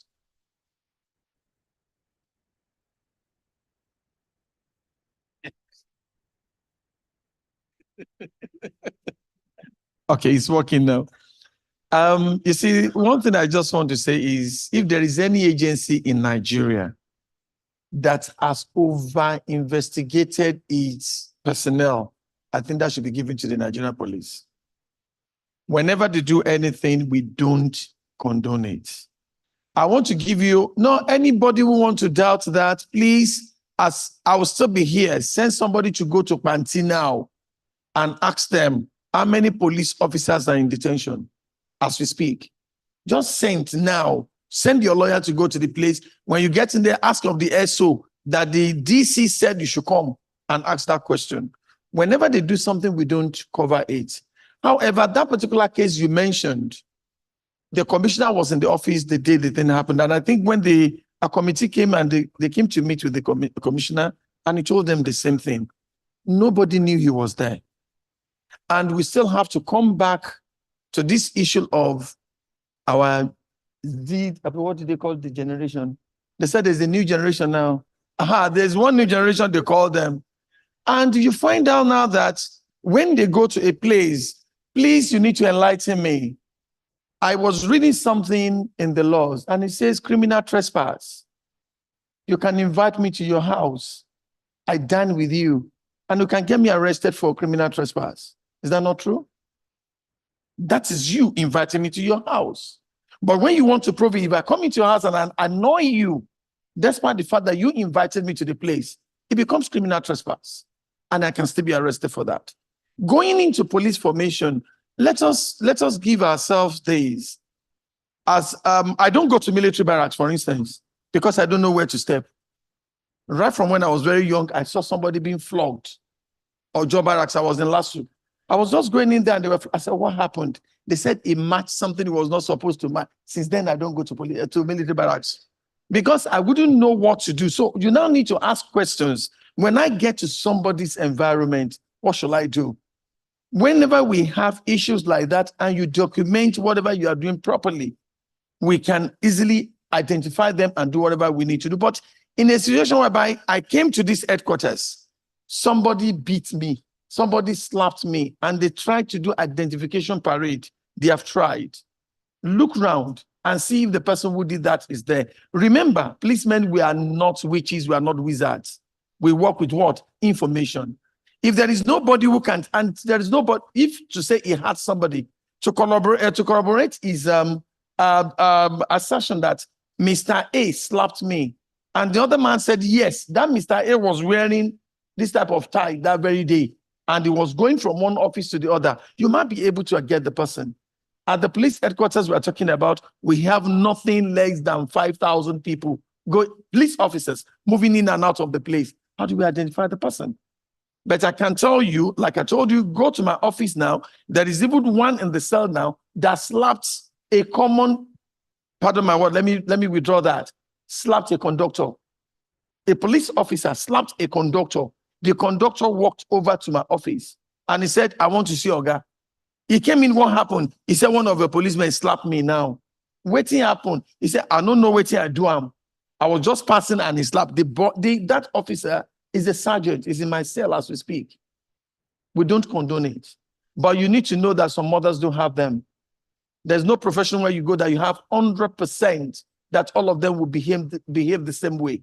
So all I would say is, whenever you have our guys going to the police formation or anywhere, all you need to do is have a focus, have a target. And you can't be a roving lawyer and be a successful one at that with the police. When I say roving lawyer, what I mean is you don't know anybody. You only believe I'm a lawyer. I should go to the police station. No. Try to know somebody who knows somebody. Even in larger Nigeria, that's the way it works. Well, thank you very much. Sorry, let me correct that. What I mean is this. Wait, what I mean is this. If you know, like he rightly said, you are looking for something in Panti and you're unable to get it because you're unable to reach me, you should be able to call your chairman, for instance. Chairman, I want to go and see DC Panti. I've not been able to see him. Chairman will call me and I will listen to you. That is what I mean by that. Thank you very much. I personally do not agree with that view, even though I consider that view to be an honest view. You have spoken honestly and candidly. I do not agree with it. And I think it's important to make the point that, and I think it goes to the point that Mr. Ogunlaro made about reorientation, right? Because my view personally is that a police station is a public place, right? Anybody who has a legitimate reason to be there can have access to the place. And if things were to work properly, whether you know someone or you don't know someone, you should be able to go there and get your business done. But we move on the issue of the issue that I raised with our client. We can take that offline after this conversation. But I come to you, Acting Director, and it flows from this point about the police station or the offices of a security agency being a public place. Now, many lawyers, and I'm saying this, these are things that I have come to learn by reason of my position as the chairman of the NBA Security Agencies Relations Committee. Many of our colleagues are very unhappy with the practice of asking them to drop their phones before they access the premises of a security agency. I've also interacted with heads of security agencies, and the reason that have been given or that has been given is security, that it is done for security reasons. Many members of the bar believe that the reason for that is that the security agencies do not want them to have documented evidence of infractions that happen within, because this is our colleague that was assaulted within the premises of the police, Lagos State Police Command. If there were people with mobile phones, they would have recorded it. And there will not be an issue as to who did it or who did not do it. So whilst the security agencies say that the reason is security, many members of our profession believe that it is done to ensure that if something is going wrong, they are not able to document it. What are your thoughts, sir? Okay, thank you very much. Gentlemen, let me remind us that this is a town hall meeting. And town hall meeting is not a place where you sit down and massage each other's egos, right? Town hall meeting is a place where you tell everybody the way it is. They say when brothers meet and all of them go out smiling, they didn't tell themselves the truth. So we will tell ourselves the truth. Before I answer that question, when I made my comment about the fact that there's a fracas, the lawyer was not able to solve his problem, and then I said somebody should go out, and then that young lawyer should go out, call the principal or something so that it can reach us. I had a row from the crowd. So I want to understand exactly. Please answer me. Is it very difficult to enter our premises as a feedback for us? Okay. Okay. Thank you very much. That is, I'm sure there's going to be a session for question and answers, but I've picked that. Now I am shocked myself here because EFCC is a public office just like the police station.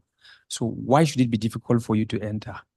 Now, what I meant by that issue of okay, and it, okay, okay, yes. Yeah. Now there's a problem going into the EFCC. Okay. And the number one problem is that lawyers are treated like the ordinary Nigerians. I am not saying that we are above the ordinary Nigerians. Do you understand? Now, as a lawyer, I approach your men who are asking me to drop my phones in the most condescending manner. Thank you very much. Do you understand, sir? They're asking you to drop your phone. You know, there's no respect. I don't know. I think you are the first to say it. We need to respect ourselves.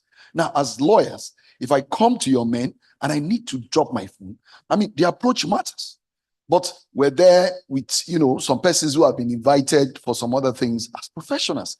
We have to queue up, and sometimes they are telling us, no, you have to go back somewhere. Okay, don't bring your problem here. Because the moment they know you are a lawyer, there is a problem. Like, I don't know whether it was the senior advocate that said that. There's a problem.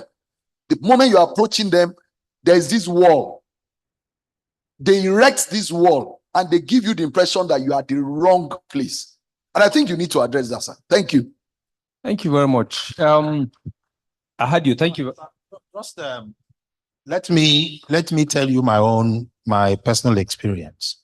But it didn't happen in Lagos. It was in Abuja.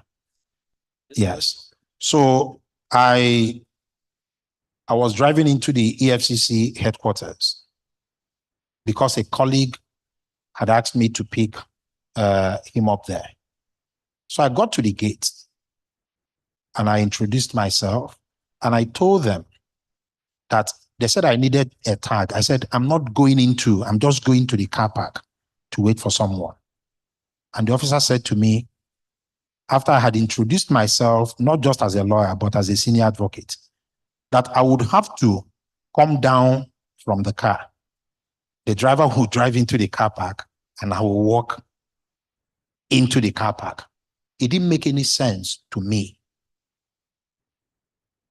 He insisted that I could not be in the car and the car would drive into the premises. Even as I speak to you today, I can't understand it. I understand proper identification and getting an identity card and getting a tag if you were going into the building. So honestly, and I have to, it's not yet time for vote of thanks, but I have to thank all of you for this frank and candid conversation that we're having, because that was the reason we convened this town hall meeting. Thank you. Thank you very much. Thank you. Mr. Chairman, let me tell you that with due respect, I don't take this as a talk show. And that is why nobody is representing me here. I came here by myself. Thank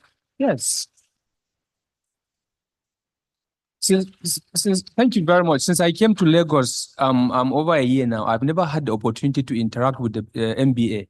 And I've always said that if you don't do that, then you have something to hide. And I don't have anything to hide. And that is why we are here together. I came by myself so that you throw everything back at me. Yes. So it's not a talk show, please. And so where I was heading to is, it's a feedback. And now I'm in a shock now that I have this feedback from you that it's difficult to enter EFCC, number one. And then when we said, like he was trying to say, maybe it was misunderstood or exaggerated. The officer said, when he said, call somebody, we don't mean that. And I combined that with what Oga, you said, when you said that you don't have to bow down to somebody like as if you are a slave to be treated. We need to act like professionals. We must demarcate the boundary between respect and slavery in this regard, sir. We didn't mean that you have to beg and dobale in court. No. We just meant that reciprocal respect is very, very important. If you're approaching the men, the officers, you have to be humane. It's a natural thing that if you are humane to somebody, except devil or bad people, they will reciprocate it back. It's natural. And if in the event where there's a fracas and you conducted yourself in the most decent way, and there will be a third party who intervenes and wants to hear exactly what happened, they will hear the role you played. And the person will not help but to whoever the person is, you are wrong, because what is wrong is wrong. So on that note, please, we will look at the system and find out what's happening in that regard. And then like the chairman said too, the issue of the boys who are at the entrance, these are small young officers. We do orientation to them always. But you see, they're just like you give somebody an instruction. These people should do this, people should not do that. And he's doing whatever he's doing strictly without discretion. And there was a day, a very senior banker came to the commission. And in fact, he came on a matter that they needed to have an interview with me. And then he said he was trying to park. Instead for the young officer to help him park, he was carrying gun, and then he hid his car that he should go and park in that place. It was brought to my attention. I called the head of security and asked them to default him, and then to give him reorientation. Because I say, you are carrying gun, and this man is a visitor that came. We don't know the problem that brought him. In the first place, EFCC is not a place for Owambe. If you see somebody there, whether a lawyer, whether a complainant, whether a suspect, there's a problem. So you don't know what is boiling in their mind. The first thing you should do is to assist them emotionally. You are not the person that invited them. You don't know who the person is. So we give that orientation. So hearing from you will only tell me that we need to do more in terms of our relationship with people and to organize our system in a more in a better manner. Then, sir, on the issue of dropping phones, I cannot sit here and promise anybody that we're going to stop that. You know why? You know why? Let's talk to ourselves here. The military, sir, they say paramilitary. All the security agencies and paramilitary. We have an elder brother who is the military. Now, the military does not have the kind of interaction that the security and law enforcement agencies have with the public, true or false. If not in this era of insurrection, we are not supposed to see them. So, but when you go to the military formations, you also have to drop your phones. They don't have the daily interaction. Are they also afraid that you are going to record them beating somebody? No. That thing is for the safety of everybody. You are coming with a clean mind. You don't know what the other person is coming into that building with. That is number one. And number two, this statement-taking procedure that we're talking about, maybe unprofessional conduct, we needed to maybe record the when you go to court, the law has said that even the confession is not enough. In fact, they say admission of an accused person is not binding on a co-accused. Even if I committed an offense together with somebody and I say that I did it, the other person has the right to say I did not do it. So it is the proof that you have to defend your case that matters. That dropping of phone, there are so many things to it. You are here a decent lawyer. Another person may not be as decent. If I reel out some of the experiences we have with lawyers, with you, and what we did, what we found out, what they did, you will be disappointed. But this is not the avenue for that. And therefore, we have to do what we have to do in the most civilized way and then in the most decent manner. For your information, we have interrogation rooms, and then we also like using the devices because sometimes it's even in our own interest. When you confess and you say, later on you go to court and you say you did not do it, once we play it, electronic evidence is admissible. So it's in our own interest that we even use all those things. So I want you to understand this issue of phone. If we don't stop only lawyers from dropping their phones to enter, we stop every other person to drop their phones for the safety of everybody. Okay, look at what I did. I've been doing something very undecent on this stage, and I apologize to all of you. It's exigency of office. My boss is looking for me for a particular matter that is urgent. Am I supposed to be sitting here and touching my phone? No. So somebody comes into the building, you have a very serious business for the day, and the person is making call and sending back to somebody. Somebody is calling him back to tell him what he is supposed to do. How are we going to do the work? So we should understand that these things, there are reasons for everything. And lawyers, please, lawyers, the issue of bail that we're talking about, that you complain vigorously or some of these procedures, take yourself on the other side. What I always tell lawyers, I used to tell them that if you ask me for a favor that is not right and I give it to you, I oblige you, you should be extremely disappointed at me. You should never trust me because tomorrow you can be on the other side of it. Even if you are the beneficiary of my own professional conduct, you should be disappointed because tomorrow you can be on the other side. We have instances where in the middle of seizures as law enforcement agencies, I have a complainant, I have a suspect. In an attempt to be humane, I now say, okay, lawyer, this your client, let me just step down for him. Let me grant him this bail. Just go. When we need you, the next thing you hear the other lawyer on the other side writing that they came to the EFCC and walked out. This is somebody we have been looking for a very long time. We even assisted you to give you information on the person. Finally, you got the person. The person came and you give him a tap and then you allowed him to go.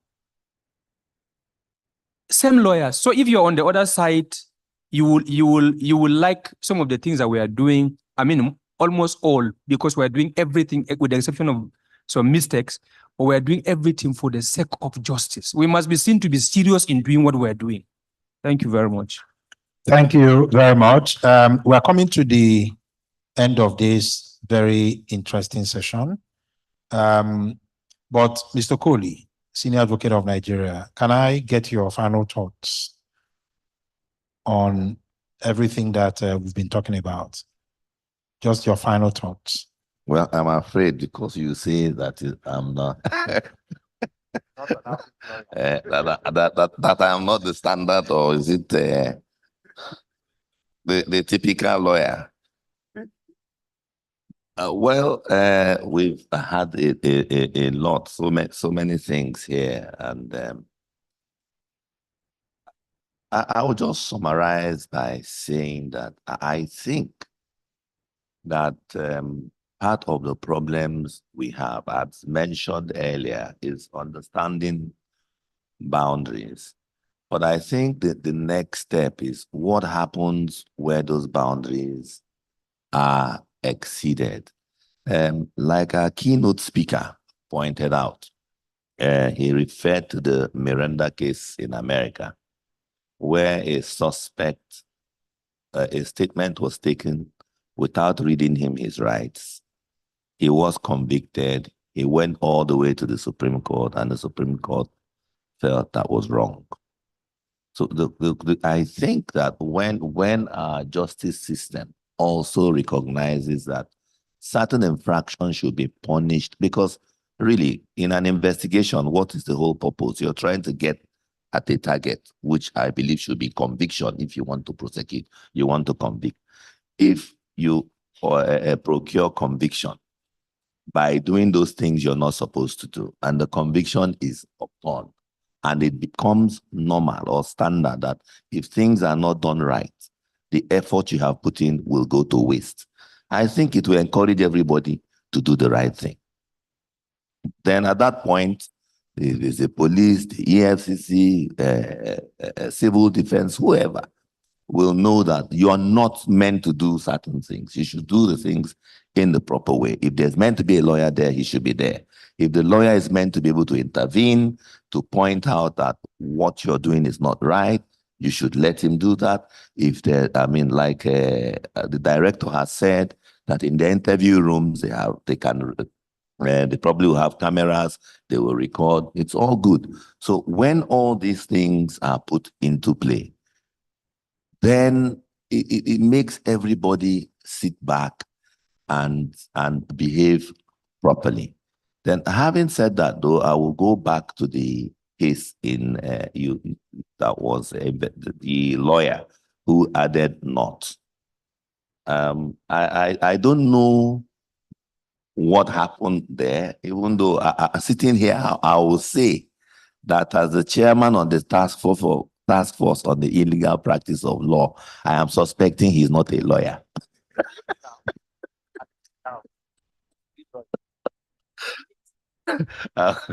But again, it also goes to enforcement, the law, the rules and boundaries.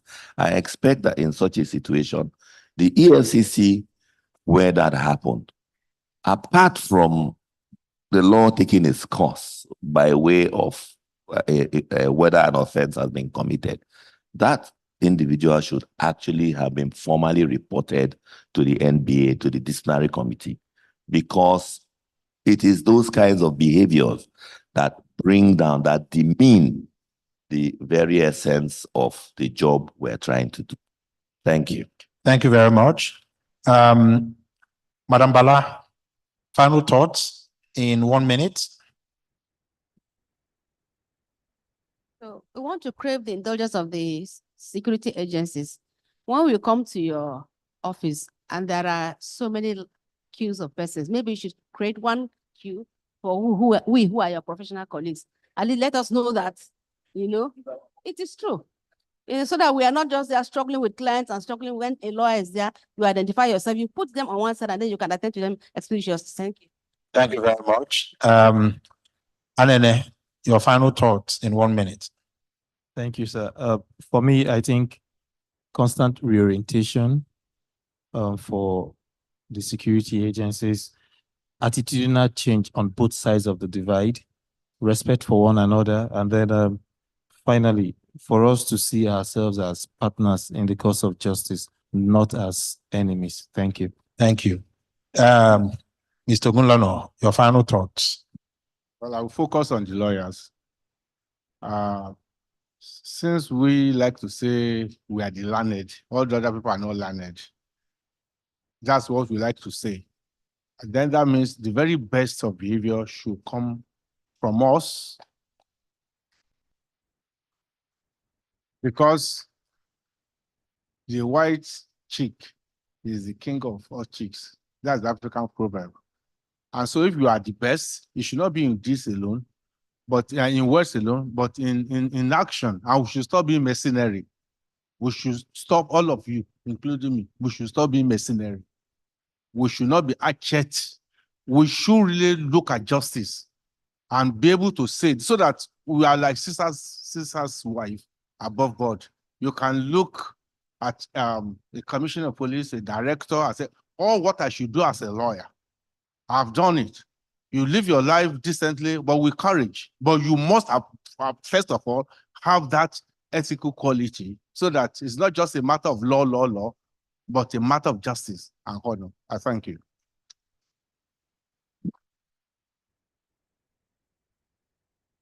Thank you very much. On that note, no. What I would suggest, I mean, it's a town hall meeting, subject to what all of you think, because I want to plead with the acting director and the DCP to not leave. I want to plead with them to not leave. Let us, in 30 minutes, the second panel, the conversation is not going to be as elaborate as this one. Let us take that panel and then we can take questions. That's what I was going to propose. Please, because we now want to talk about, we've identified the issues. We now want to talk about what we can do. And I think that it will benefit everyone if we sit through that conversation. But I promise that it's not going to take more than 30 minutes. So on that note, if you have a question or questions, just keep your gunpowder dry, as we say, while we quickly convene the second session. So thank you very much, Mr. Coley, the DCP, Acting Director. There was something that the Acting Director of the EFCC said that, sir, there was something that you said that really, really touched me. You said you took this meeting seriously, and that was why you didn't want anybody to represent you. We're very grateful. Thank you very much. Please, a round of applause for. Okay. Please, let's take a picture quickly. Please, let's take a picture quickly.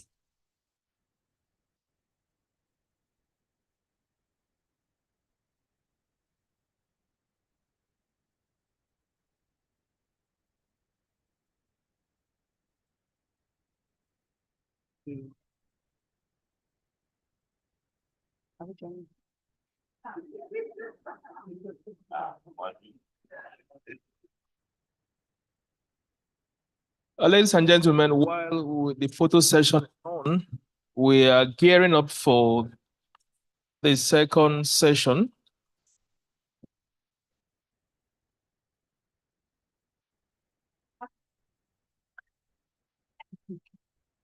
We thank the panelists for the first session. And yeah, so how many of them are?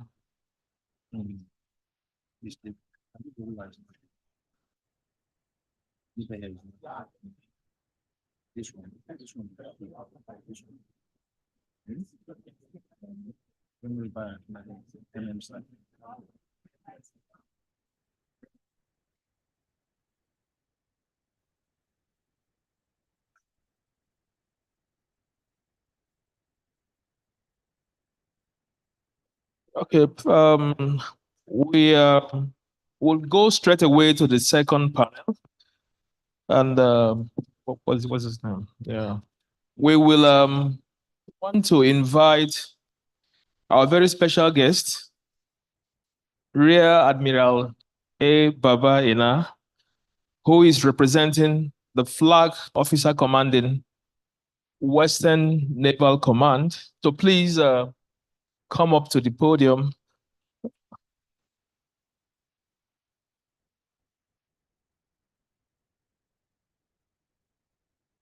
You're welcome, sir. Thank you. Then we'll invite Mrs. Adebimpe Bada, the representative of the NSCDC. She's the Assistant Commandant of Corps, Lagos State Command. You're welcome, ma. We also have Mary A.K., who is the Commander of Narcotics, NDLEA, Lagos Corps Command. I wouldn't know if our very own Bayo Akinlade, former chairman of Ikorodu MBA branch, is here. Is also. Oh, okay. Interesting.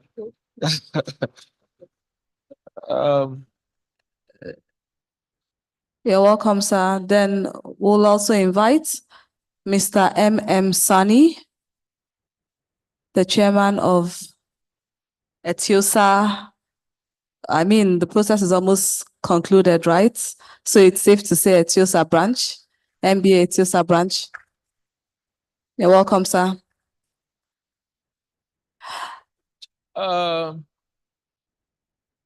Just in addition to all that have been discussed, Mr. Kinlade, I would like you to take on that when the questions are being thrown at you. There is this issue of you go to meet a client at the police station, and the client is volunteering, a statement, and the police officer asks questions to the client, and the client answers, and he says, "Put it down." I for one, I have vigorously fought this in the past, but I do not think my recollection of criminal law procedure, whether it allows you can ask question in your interrogatory process and record what the answer is, maybe as part of your investigation. But when you have put someone on caution and given paper to write, I think the law is that it should be free flowing. So maybe at this second session, we will try to address some of this issue to see how we can maybe try to stop it or reach a compromise, because it does not augur well that you ask someone a question and the person answers and you say, "Put it down as part of your statement." It is no longer a statement. It becomes a dictation of what he has answered. But we will address that in this second session as we welcome all our resource persons. And we'll also like to invite the representative of the DSS to come up to the podium and join the panel. You're welcome, sir. In the first session, we identified the immediate and remote causes of friction, conflict between lawyers and law enforcement agencies. So in this second session, we'll be looking at some of the solutions that we can profile and how we can move forward. Thank you very much. We'll invite our distinguished moderator and chairman of our security and other agencies related committee. Thank you. Thank you very much. Before I'm indicted again for missing out committee. Thank you. Thank you very much. This is going to be a very quick conversation because our time is fast spent. I'll start with you, Mr. Sani, and I'm sure you know why you're sitting here. You and I had a conversation, and you had some bright ideas. And I told you that I would want you to be part of this conversation to share those ideas. So let me start with you. What you listened to the conversation that was had by the earlier panel. We have seen what the issues are. We know where what the triggers are. What, in your view, are some of the practical things that we can put in place to ensure a more harmonious relationship between lawyers and security agencies?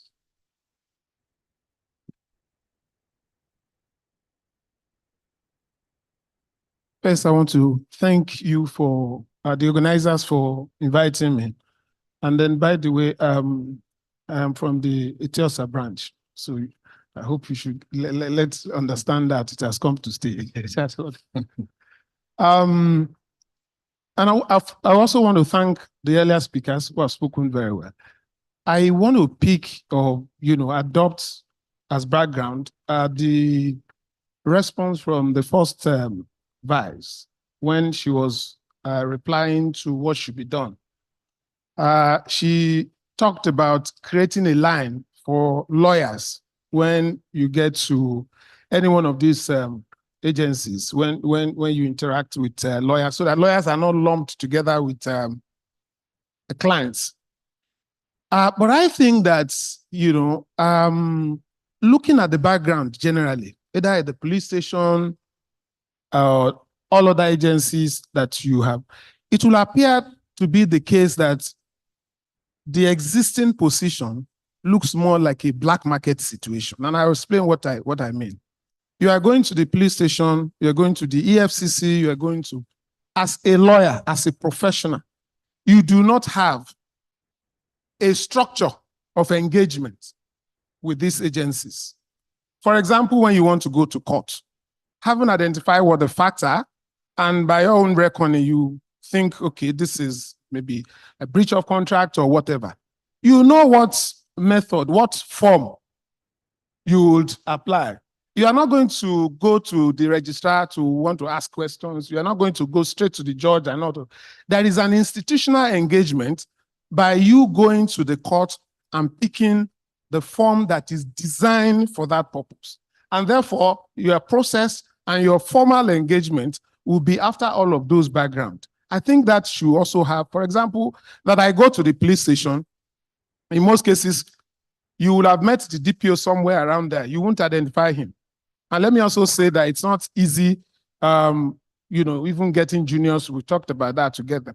But what if I get to the police station and there is a form already there, either designed by the police or designed by by lawyers or whatever organization.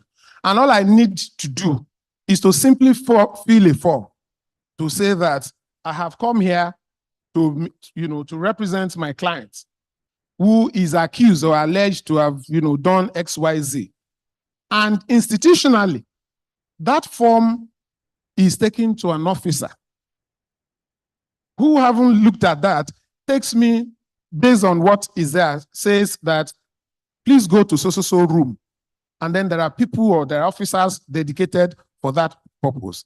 What that does is, rather than scouting around, rather than using some of the expression, trying to be nice with anybody, you take away that personal interface.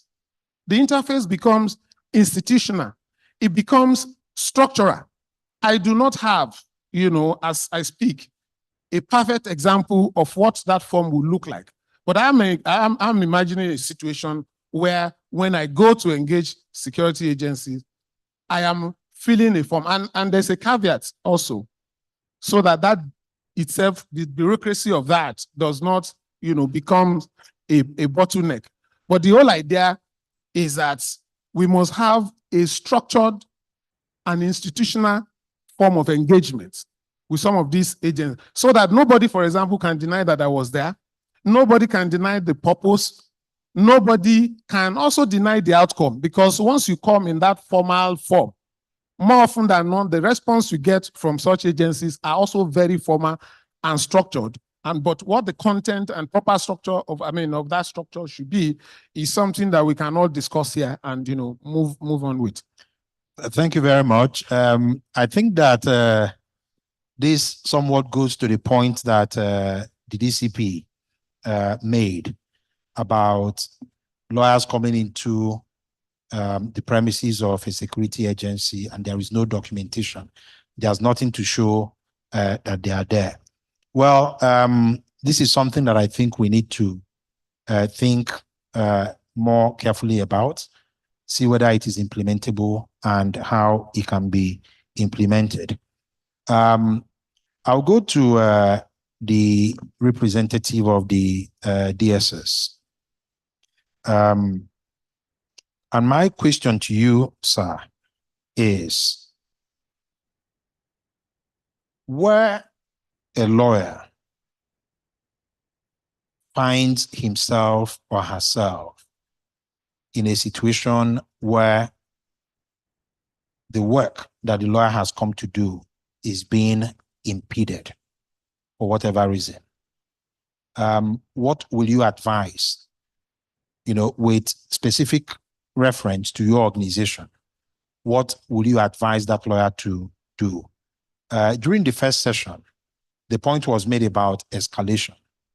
But I also noted that escalation to a senior officer, more often than not, is not that easy, because I've had cases of people who you go into some office of a security agency, you say you want to see the most senior officer, and the question is, do you have an appointment?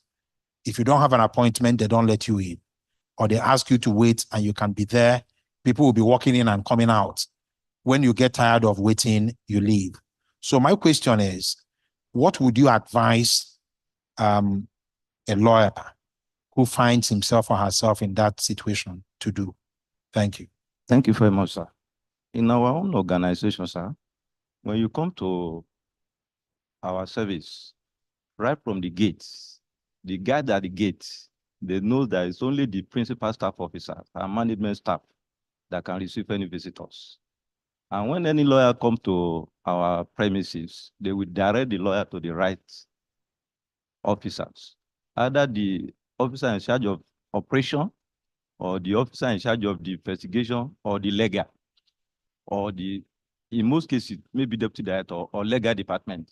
So someone will definitely attend to them, because junior officer doesn't see visitor in my office. Junior officer doesn't see visitor in my office. So when the visitor comes and he doesn't know whom to see, in most cases, they bring them to legal. And to the best of my knowledge, there's nobody that came to our office and we didn't attend to. So I believe a lot of people in this hall knows me very well. And we have been having a very good and cordial relationship with the legal, with the NBA, and in most cases, when we have an issue official that we need to discuss with them, I come across to the chairman and we sort it out. So we don't have any problem. But does your organization have a complaints procedure where, whether it is a junior officer or a senior officer or intermediate officer that I'm interacting with, if I feel dissatisfied or I feel that he's not being professional, is there a process, formal complaint process that I can benefit from? Definitely. You can write to the director and they will definitely look at it. Okay. You can write to the director and they will look at it. Okay. There is no problem with that. When you come to issue of the communication, we don't have any problem. We don't have any problem with your communication. And anybody that came to our office, we have a register, which the person will register his name and everything, and whom to see. And if he doesn't know whom to see, the guard at the gate will direct him on the right person, the right officer that the person can see to solve his problem. And the problem will be solved immediately. Okay. Thank you, sir. Thank you very much. Yes, sir. My sister, let's get your thoughts generally on what you think can be done to improve the relationship between lawyers and security agencies. You've listened to all the issues. what the flashpoints are. What do you think can be done? Not necessarily restricting it to your own organization, but like you are wearing two hats. You're a lawyer. You're one of us. You're also a security agent. What do you think can be done? Practical things that can be done to improve the relationship between lawyers and security agencies? To be honest, I think that one sure thing to work will be relationships. Whether we like it or not, I heard a very, loud opera when they were saying you call someone. But I think knowing someone in Nigeria as it is the fastest way. It's a town hall meeting. Knowing someone is the fastest way. Take, for instance, if we're coming to NSCDC and you just heard that there's somebody that is there, you don't know anyone, and you're a lawyer, I would expect that you just ask to be directed to the legal units. Because one way or the other, once you are able to identify someone, you already have an open door. Truth be told is that I use myself as an example. If you approach me, first thing that I'm going to tell you is that the file has not gotten to me. That's my first response, that the file has not gotten to me. So can we just wait it out?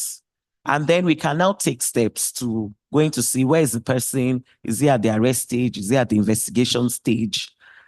And without trying to influence things, once they know that the lawyer is already involved, one, they'll be fast-tracked. The file that would maybe take 12 hours will probably take 6 hours that someone has come in. So I think that if you know someone there, it helps. It's just the reality as it is as at today. In Nigeria as at today, anything you want to get done, you need someone. I guess that's the reality as at today. That may be the reality, but I guess the challenge is that we can't all know someone. Like I don't need to have a personal relationship with the NBA National. I have a relationship with NBA Lagos. We are not talking about friendship. Okay. The point is not friendship, but you have a link. Everybody has come to this town hall. Now you know someone in practically every security agency in Lagos. We've had NDLEA, EFCC, ICPC, Nigerian Navy. So it's not about having a one-on-one relationship, but you know that you can bridge the gap. Okay. I mean, I think I understand the point you're making. And that speaks to what I think should be the role of maybe networking and even lawyers within those, because I mean, my sister here, the OC Legal, Lagos State Police Command, long before I met her one-on-one, I think I had cause to speak to her on the phone. And many of us in this room will testify that whenever you call her as a lawyer and you have a complaint, she does everything within her ability to assist. So I take that point. The representative of the NDLEA, let me, and I'm Mr. Lutano Nokoli, Senior Advocate of Nigeria, he's left. But when I had a conversation with him with respect to this town hall, I have to admit that everything he said about NDLEA was positive. He told me that I think he does a lot of work with the NDLEA. And he said that when the AGJA was amended, and that when the AGJA was enacted, and that provision that says that you can't take a statement without either video recording it or having a lawyer, that he spoke to an officer from the NDLEA who said that it was a very welcome development because, according to that officer, that this is something they're happy to do and that it will ensure that the statement that they get will not be thrown out. So they saw it as something positive. When we understand that some security agencies do not see it as something positive. So my question to you is, what are some of the things that your organization is doing to ensure that the relationship between your officers and lawyers continue to get better? And what are those things that you think that other security agencies can benefit from? Can you share those insights with us? Thank you. Good afternoon. Good afternoon. Everybody, and good afternoon, the organizer. I thank you for inviting us to this town hall meeting. Even though I am not the particular person in charge, my zonal commander of Zone H is the one in charge. And I didn't know he has stepped out. He told me about this meeting, and as a lawyer, I should get some point. I got him some point. And he texts me that he will be going out. I asked him to stay because he is the person that was mentioned and invited. And that when he did his, what is it called? Goodwill messages, that he has triggered people's mind the way he made his presentation, that he should stay. I didn't know he has slept out. So I was like, oh, when you called. However, I've listened to the first panel and listened to the opening speech, everything. And as a lawyer and as a prosecutor, I know that, and as a staff of NDLA, I know that NDLA is not a very large organization like police, army, navy. And most of NDLA staff, they have more of senior officers than junior officers. And you find out that our relationship with lawyers is very, very cordial. We don't have any problem with any lawyer that is carrying out his duty as a lawyer in NDLA. When you see them in court, we don't have problem. Right now, I don't go to court. I'm in the office writing legal opinions. But when I was going to court from 1997 till 2022, we are just like friends. And then if there is any visitor coming to NDLA, we have visiting days. And those visiting days, you are entitled to come and see your client. If an arrested person in drugs, if you come on a visiting day, you are entitled to go and visit your client. And then you are not on an ordinary day, you want to visit anybody in NDLA. You are at will. The only thing they just ask you, who are you visiting? And you fill the form and they bring it to the office and you tell the person to come in. In my own legal department, on the side of the operatives, I don't think they also have that problem. Or maybe in the other commands, state commands, because we have NDLA in all the whole states, or 36 states of Nigeria, and we have in the area command. The area we have problem is maybe staffs, junior officers who are on the road. And you know, most people who stand on the road, they are all junior people. So I know that when I'm driving, police people that are on the road are also junior officers. And they are some of them are very overbearing. And you can see a staff too, who is overbearing. So, but to me, one day I can give you an example. I was in the church. Somebody was calling me, lawyer, I want you to help me at the police station. We live in the same community in Festac, in a close. I told him I'm in the church and I will get you somebody.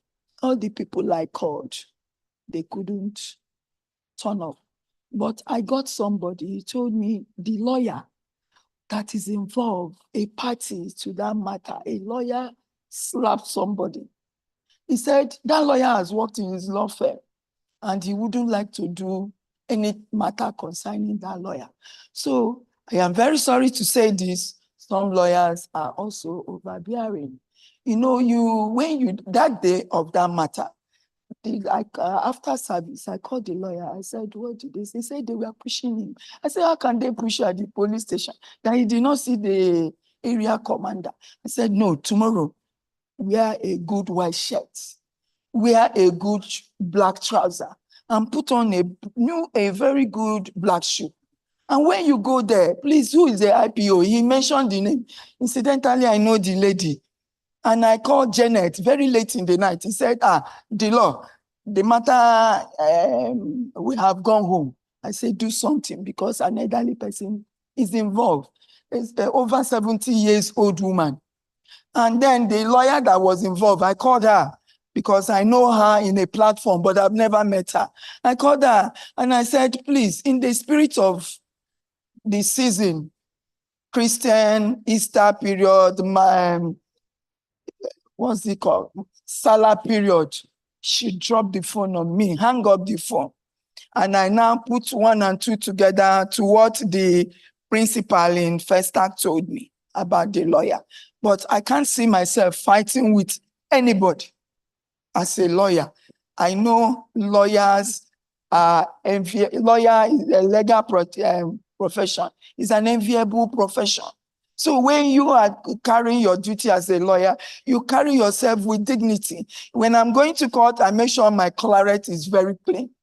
And because it's always clean, there's nothing I ask from anybody that they won't do for me. To start with, I know how to carry myself. The police station, I don't go to DPO. If I want to go to police station where I know I have done several things, I go to the area commander. And that day, I must make sure I wear my black. I wear my good shoes, and they have always honored me. If you open my phone, I'll see police, police, police, police, police, police, and I respect them, and they respect me. Respect is reciprocal. Thank you. In NDLA, we don't have that problem because most NDLA people, they are all graduates. Thank you. Know.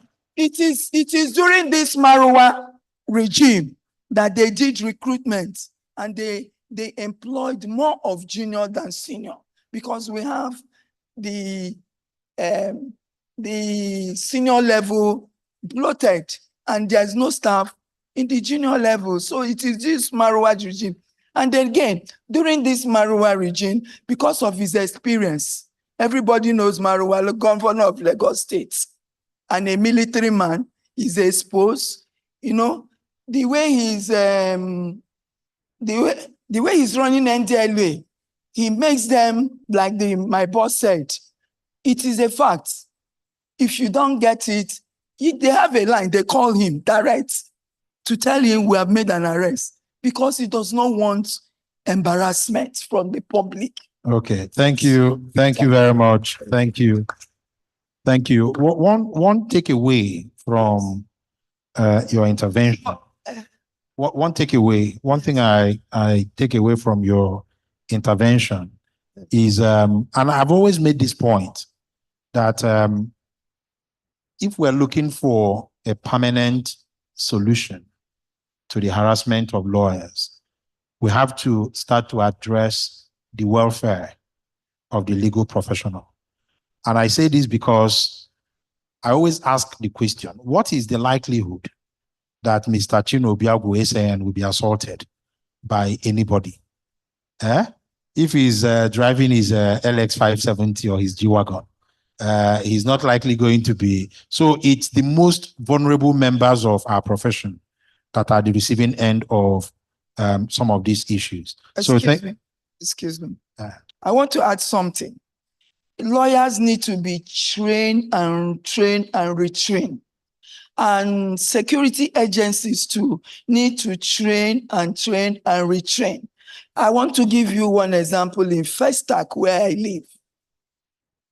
I do get some PP, private practice. And when I'm doing it, I do it and I'm strict. But the agent, when I want to sell a property or buy a property for somebody, the agreement, the agent will tell you, the other lawyer, that they will recopy all the agreements and give him, and he will sign.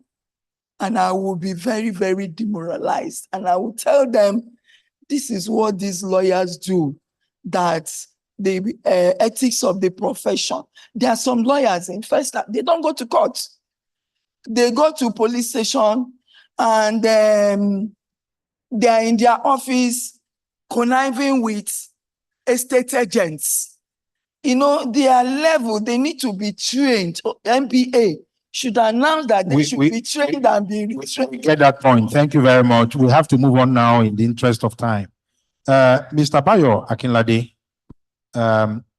you're doing an excellent job with the police duty solicitor scheme, the PDSS. How do you think that that scheme can assist with, making the relationship between lawyers and security agencies, in this particular instance with police officers, more harmonious?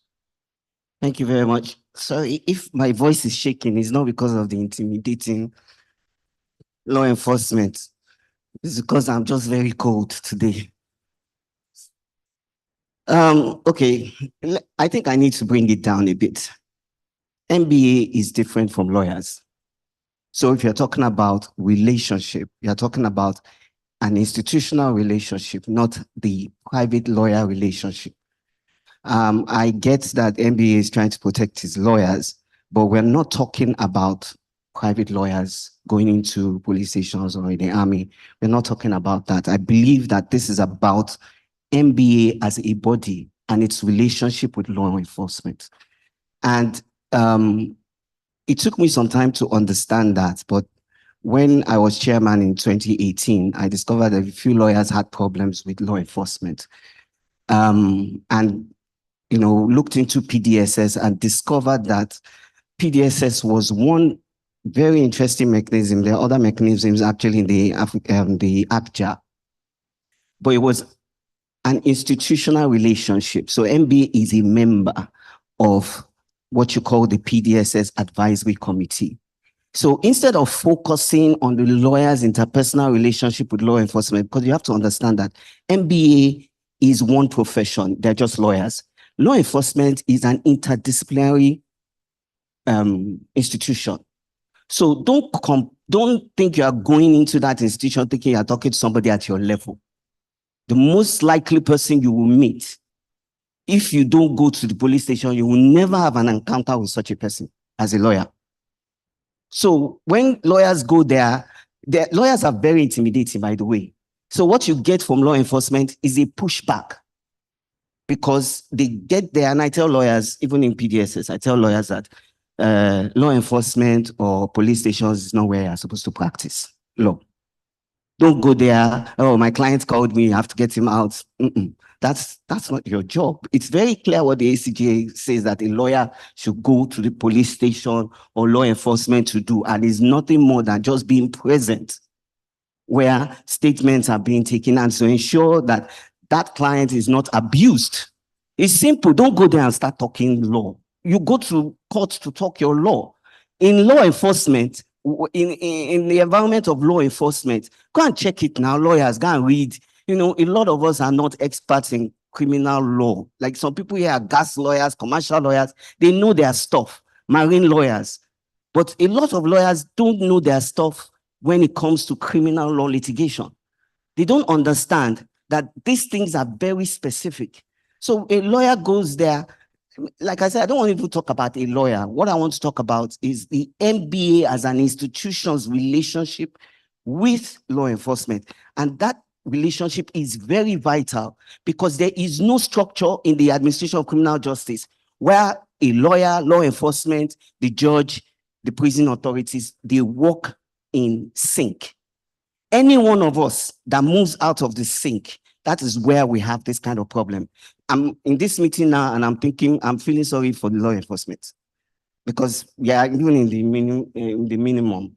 A lot of MBA needs to focus on lawyers in public service, because there are not many of them in the police force, but MBA doesn't do anything for them.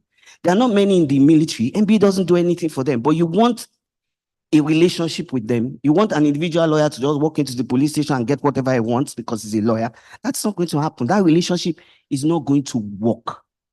So we need to, and we lawyers, we need to learn from Legal Aid Council of Nigeria, National Human Rights Commission. See how their lawyers, have you ever seen their lawyers in law enforcement, in front of law enforcement? They have the best attitude towards attending to anybody there whose rights has been, infringed upon. They don't go there. Legal Aid Council the other day had a fundamental human rights case in court. They didn't go there and say, I'm a government agency like you, or like the army or the police, and start insisting that something must be done in that location. Lawyers are not meant to practice law in law enforcement environment. Thank you very much. Thank you, Mr. Akinlade. I would have agreed 100% with you on that point. The only challenge is that because of the dysfunctionality of our court system, right? If you have a client who is being held at a police station, if it was possible for you to file an application today, get it assigned today, get a hearing date tomorrow, get an order that you can enforce the following day, then I would agree with you entirely. But where it will take you on the average, maybe 6 months to get an order, if you ever get an order at all, you need to secure the freedom. No, we're talking about reality here. I'm not apportioning, it's not my duty I'm not apportioning any blame. I'm just saying that the statement that lawyers should not practice at police stations, I agree with that in principle, but given our reality, the question is how feasible is that? If I have a client who is in detention and I know that it will take me 6 months to get an order to get him out, I want to go and have a conversation with the person detaining him to get him out. But thank you very much for your intervention. And again, the second you said, you made, which is what the NBA is doing. I think what the NBA is doing is this conversation that we're having today. It is because the current leadership of the NBA is interested in improving the relationship. That's why we're having this conversation. Thank you very much. Rear Admiral, I have to thank you again. I think that you were the first law enforcement person to get to this venue today. You were here. Yes, I think it deserves a round of applause. We got here before most people got in. And to think that your organization, like has been said by one of the contributors, does not even deal with lawyers on a day-to-day basis. It must be a testament to how important you consider this event to be for you to have come at the time that you did. Now, my question to you is, you don't deal with lawyers on a day-to-day basis, but you've sat in the room, you've listened to the conversation. What are your thoughts on how you think the relationship between lawyers and security agencies can be made better? Thank you. Thank you very much. Okay. Firstly, Nigerian Navy, we do a lot of interaction with lawyers.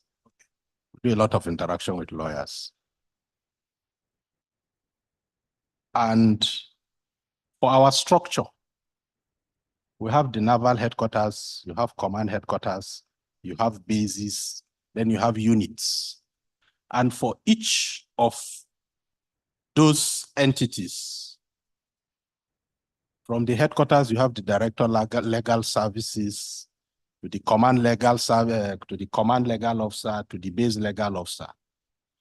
So for any interaction with any lawyer, if you get to any Nigerian Navy formation, you ask for who is the head of legal in that place. And the person, they will take you to that person.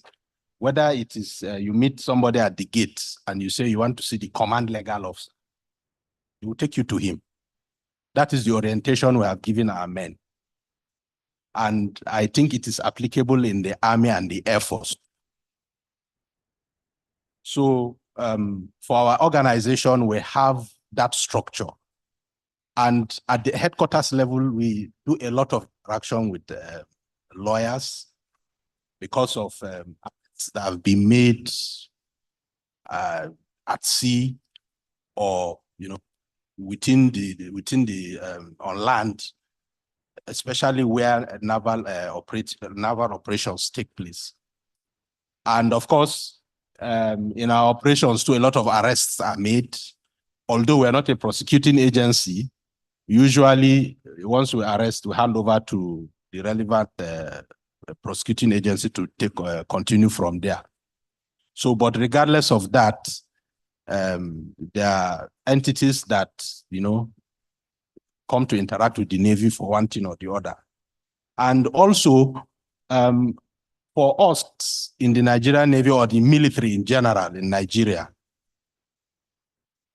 we have institutions where we bring in the other paramilitary agencies to improve on collaboration in our operations. We have the Armed Forces Command and Staff College in Jaji, the Defense College in Abuja. So different hierarchies of officers go to those institutions where they interact with military officers. And the essence of that is because once you leave those institutions, you are posted out to the different units out there. Because you have been able to interact with people from officers from the EFCC, NCDC, it is likely that you will meet one of those officers out there in the field. So you just place a call. If you just place a call, I mean, the person will immediately accept you and the collaboration starts, or whatever you need to be done is done there. And for the Nigerian Navy, we have a peculiar operating environment, especially for those of us that, for arrests that are made at sea. There is this, this disconnect or lack of knowledge on the operating environment where we will operate and how those things that we do there, how it is now interpreted on land. I remember a classical case of piracy, which was handled in the Lagos High Court here, where those pirates were given almost 10 years imprisonment using the SPOMO Act. The judge that handled that case, the vessel that was involved one MV Maximus out at sea, almost 200 nautical miles. And measuring a nautical mile at sea, comparing it on land, is a nautical mile on land is almost 2 kilometers. So if you do the maths, you see the distance where that thing happened. But I think that judge came to the Navy and went out to see where this attack was carried out. And he really appreciated, what went on and how those suspects were arrested, the pirates were arrested from the ship, because our special forces had to deploy on board that ship to pick those pirates, and they were all brought back into Nigeria for prosecution, and they were eventually jailed. So there's that, that little disconnect is there on our operating environment, which I think sometime last year at the National Judicial Institute, there was that particular issue came up, which the Navy invited the Institute to send some of their, the judges, once they have the conference in Abuja there, to participate in and come see our surveillance system, come on board our ships, go out with us, see what we do, so that there's that better appreciation of what we do out there. But like I said, we're not a prosecuting agency, so everything we do, once we finish, we hand it over and then follow through. For generally, security agencies, for especially those with lawyers, I think one important thing is professionalism. If you're a professional and your presentation is good, communication is good. I don't think anybody will push you away. I don't think anybody will push you away. Because in most instances, it is only when you go and behave unruly, then the man will show you that he's superior to you, even if you are a very senior person in your own organization. Then somewhere along the line, I had, during the first session, of formations or security agencies protecting their own. The police has its own internal working mechanism. The NSCDC has its own. DSS, even the military has its own. We have our own Armed Forces Act, which tries our personnel that are involved in one infraction or the other. There are offenses, there are punishments, there are trial procedures. And anybody who is tried, if it involves a civil matter, at the end of the day, you finish that trial, that person is handed over to the police. Because in so many of those instances, once that arrest is made or that report is made, as you do your investigation, the police are informed on it. The police are equally informed about it. So once you finish our own trials, we'll hand over the person to the police to continue from where we stop. So in the light of having our legal people involved in our activities, by the end of this month, we'll be having the Nigerian Navy Week.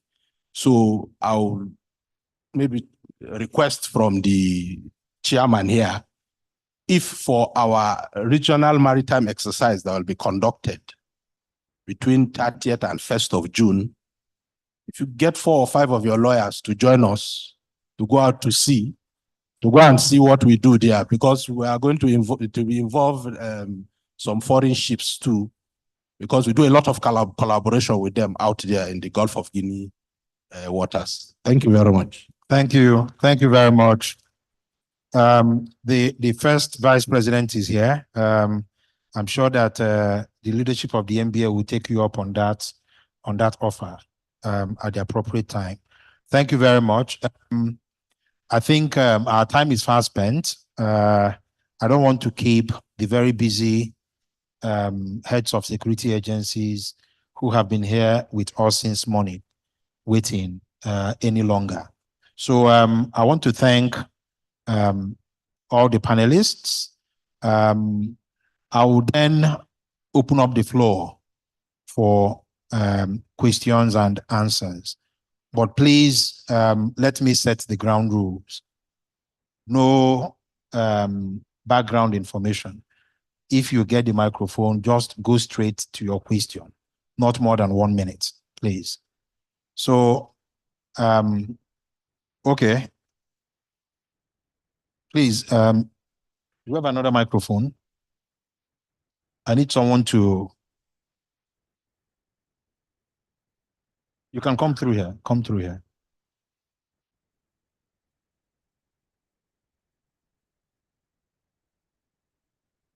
Very quickly.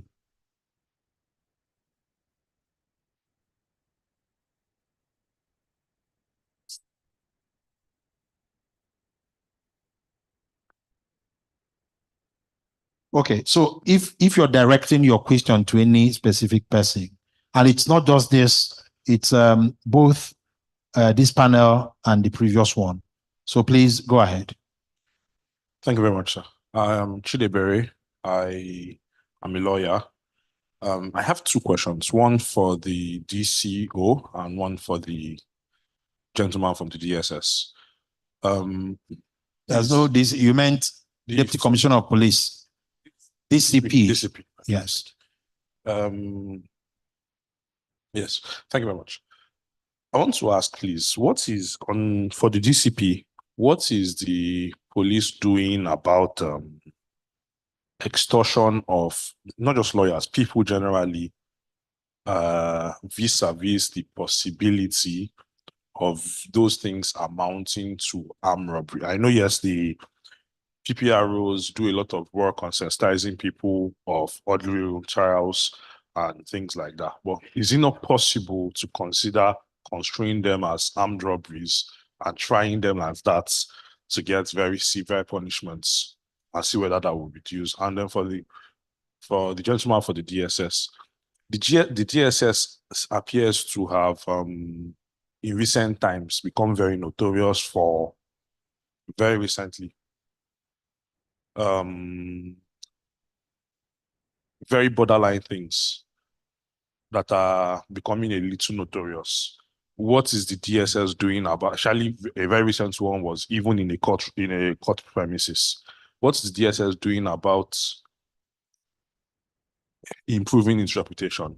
Thank you very much. Thank you. Just let's be noting the questions. Give to my Oga here. Yeah, Dr. Fred Odutola from MBA Keja branch. My first charge is to the police. You know, they are vicariously liable for the mistakes of the people they employ. So they must try to train and retrain.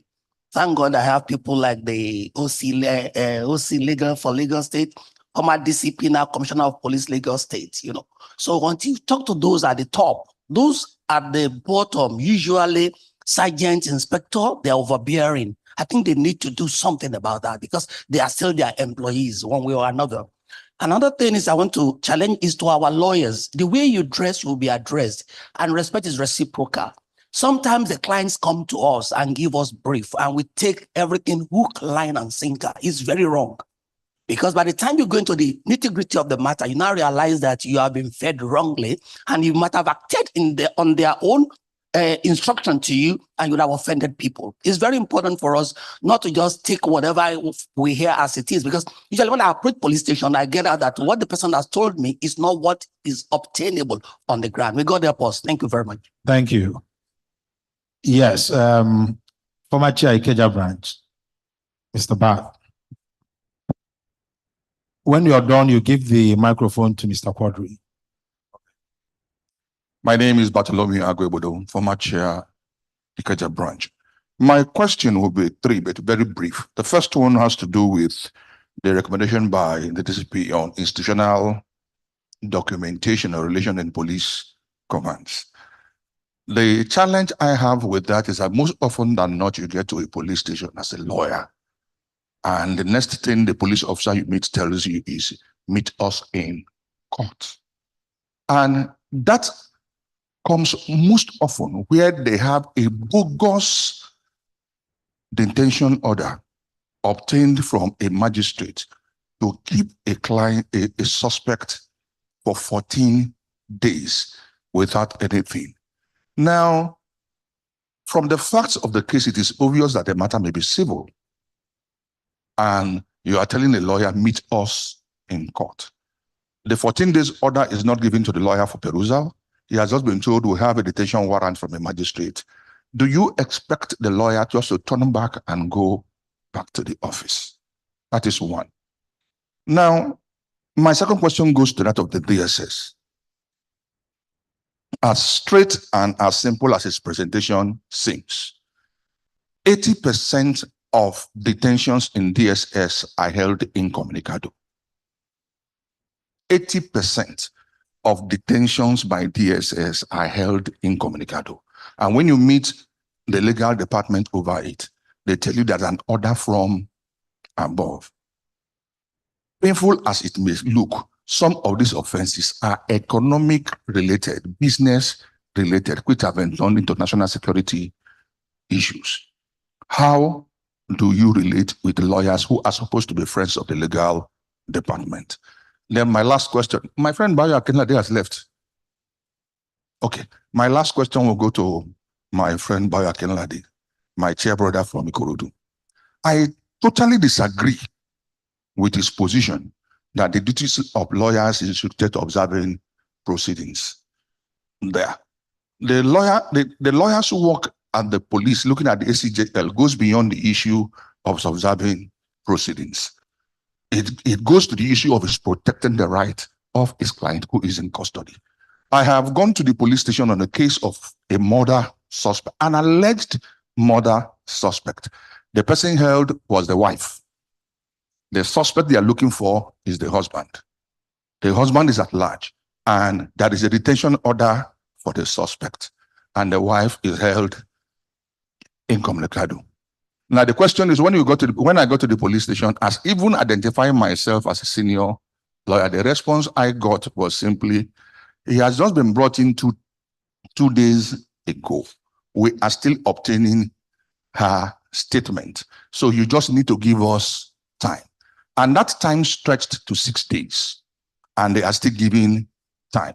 How do you expect the lawyer who had been engaged to secure the release of a client to go and file a fundamental human right matter that may not be assigned for the next 60 days or 90 days? I think I end there. Thank you. Thank you very much. Thank you. My name is Adeni Kodri, MBA Keja. The particular issue I wanted to emphasize has actually been alluded to by the last speaker. I had a personal experience. What we go through at the police formation CFCC is nothing compared to the DSS. I had a personal experience. I can provide all the information, the facts, everything. The particular person I'm talking about, we actually thought that person had been kidnapped and we were waiting for ransom phone call. I went to DSS Magodo and they refused to confirm whether or not that person was in custody. How did we get to know the person was in custody? So they were about to release another suspect. And this, my client, had him cram his wife's phone number. And when that guy eventually came out, called the wife and warned her, they must not know where this information came from. And I went back to DSS.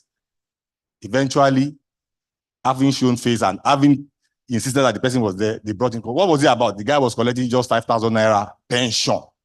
He said it's a scam. And DSS kept him for about 4 months. I have all the information. Eventually, we got to court. He was plea bargaining, he's guilty, blah, blah, blah. The court said, go and do community service because they had kept him for so long. DSS will not tell you. I do not know why they do not confirm why they are keeping somebody in custody. A human being.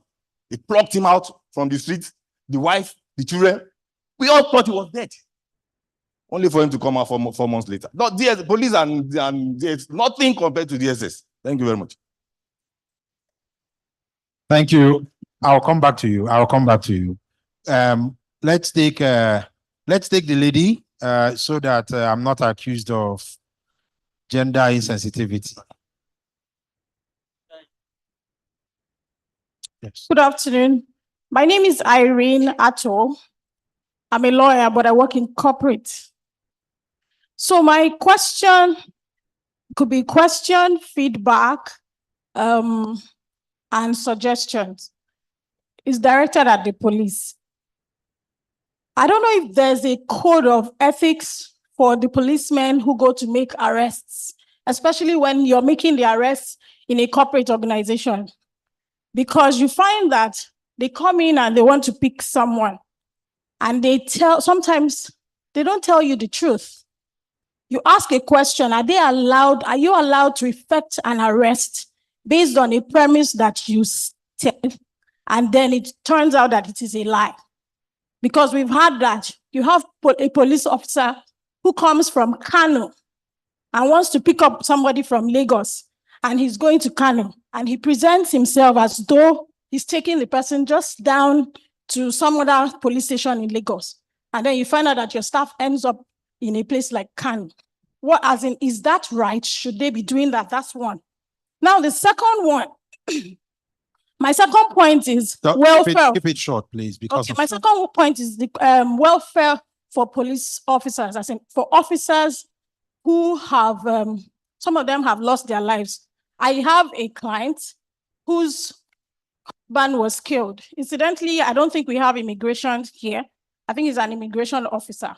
And then nothing has been done. And the process of even getting relief from his office, his benefits, and all of that, you find that the same officers who are his colleagues are taking money and requiring her to give all kinds of things. What is the police doing about that? Please, can we, I think they should address that as well. Okay, thank you very much. Give to the lady.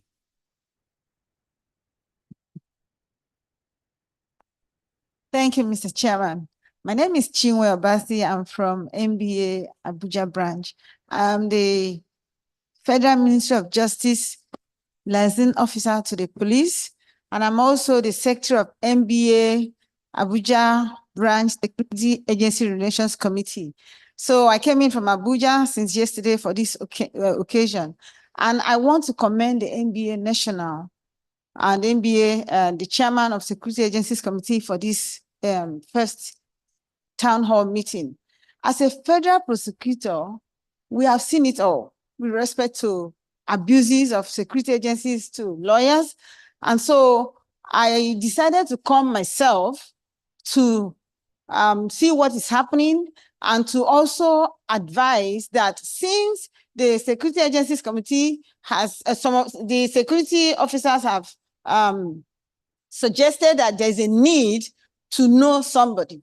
Now, I want to, we cannot know everybody. So if as a lawyer, you must know somebody before you are attended to. I want to suggest to the chairman that we should create a WhatsApp group for this Security Agencies Committee for West. Let us create a WhatsApp group so that when anything happens, now we have known all of them. We have known all the security agencies. So if anything happens, I'm here, since this is not my jurisdiction, I'm here as a foreign observer for what is happening today. So let's create, if you want anything from Federal Ministry of Justice, just ask the chairman, he knows me, ask him, please, I need the phone number of the foreign observer for the SARC town hall meeting. Then we'll have, they have registered. We're going to use the registration desk, all our numbers here as a group, a WhatsApp group, so that if anything happens, we will call the auntie from NSCDC and then everything will be settled. Thank you. Thank you. Thank you very much. Maybe we should allow the panelists to answer these questions before we take the next round. Please bring the microphone to. It appears that it's the police and the DSS that. Let me first make a caveat and try as much as I can to correct this impression of knowing somebody. We are taking it out of context. What I'm saying is this: we are all together here. You know me. The chairman of Ikeja branch cannot say he doesn't know me. If you are a lawyer that you don't know anybody and you are finding it difficult to go to somewhere, you should be able to call somebody that you know. I'm going to Panti. Do you know anybody in Panti? Because I want them to attend to me.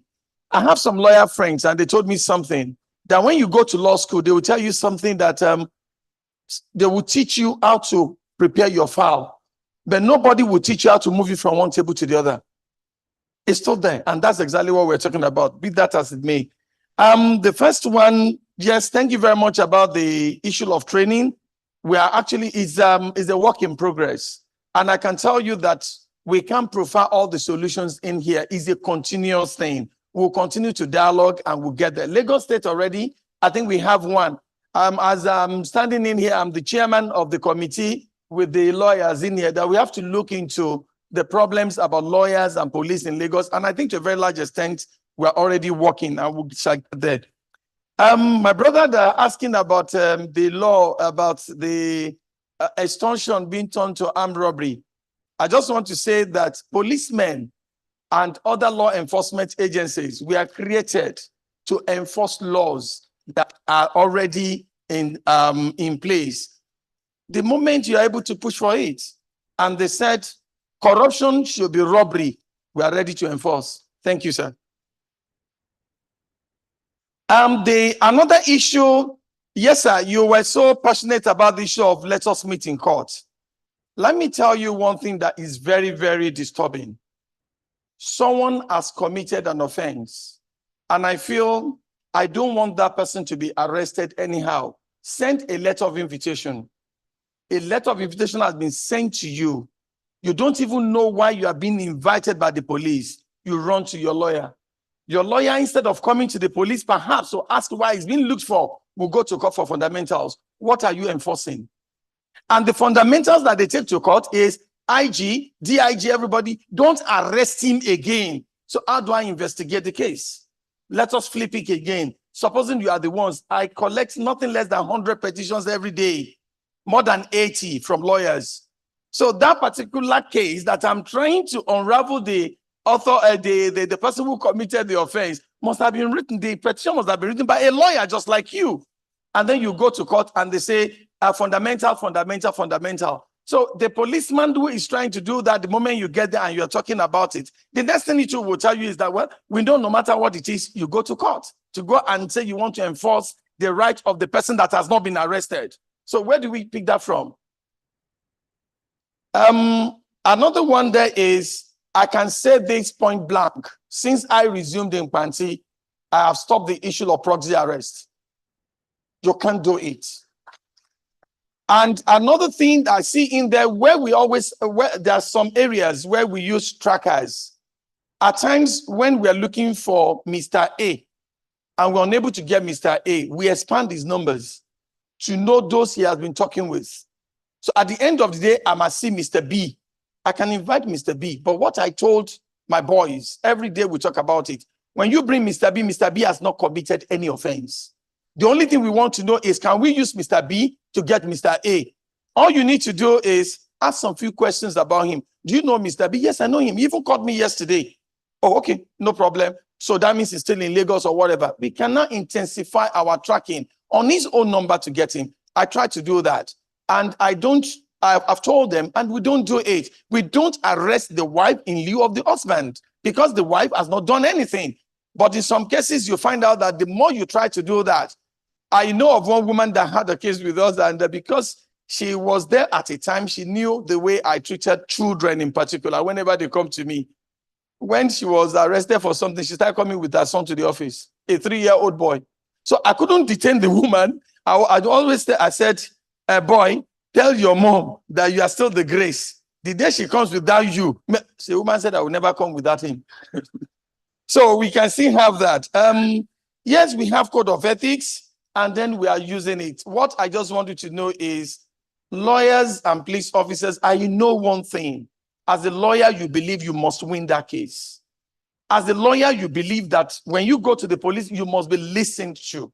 It is okay. Yes, you'll be listened to. But the truth about the matter is that particular person you are standing for is being accused by someone else who also has a lawyer who is also working for him. I had 2 lawyers in my office. I'm an unofficial magistrate now because I had 2 lawyers in my office one day doing law of contracts in my office. This one will say, no, objection. You cannot. I said, here. So that means I'm now a magistrate. I have to adjudicate on it.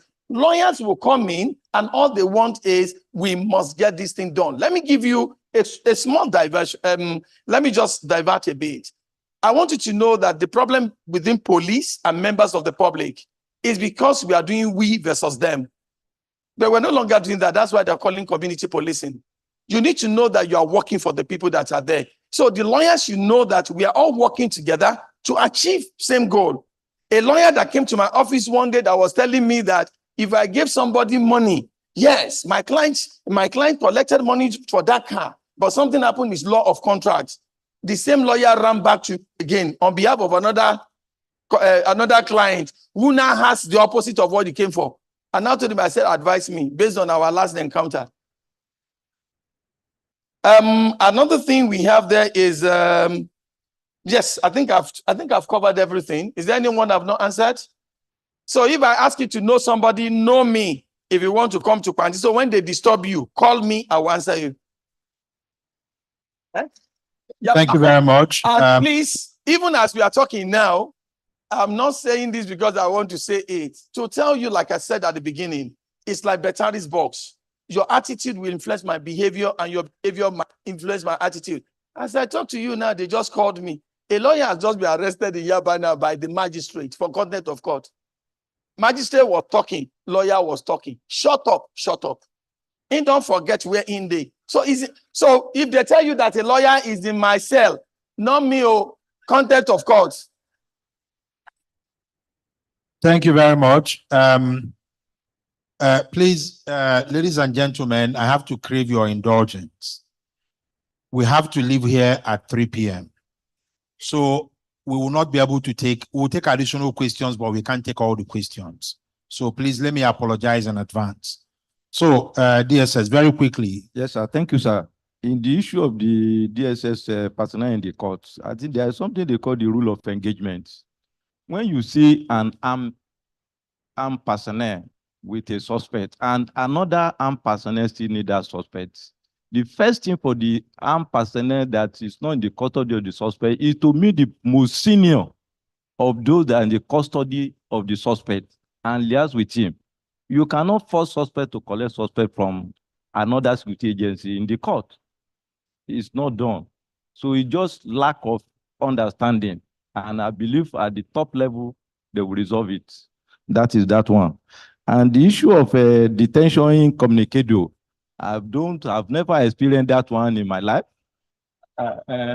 Yes, and yes, let me. I've never experienced that one in my, and this is Lagos State, that you cannot detain someone more than 24 hours. And at the same time, there is no magistrate in this Lagos State. There is no magistrate in this Lagos State that will remand anybody without the case file to justify that the offense committed warrant detention, and they will not give more than 14 days. They will not give more than 14 days. So what the learned college is saying is just, in fact, is darkness or everything.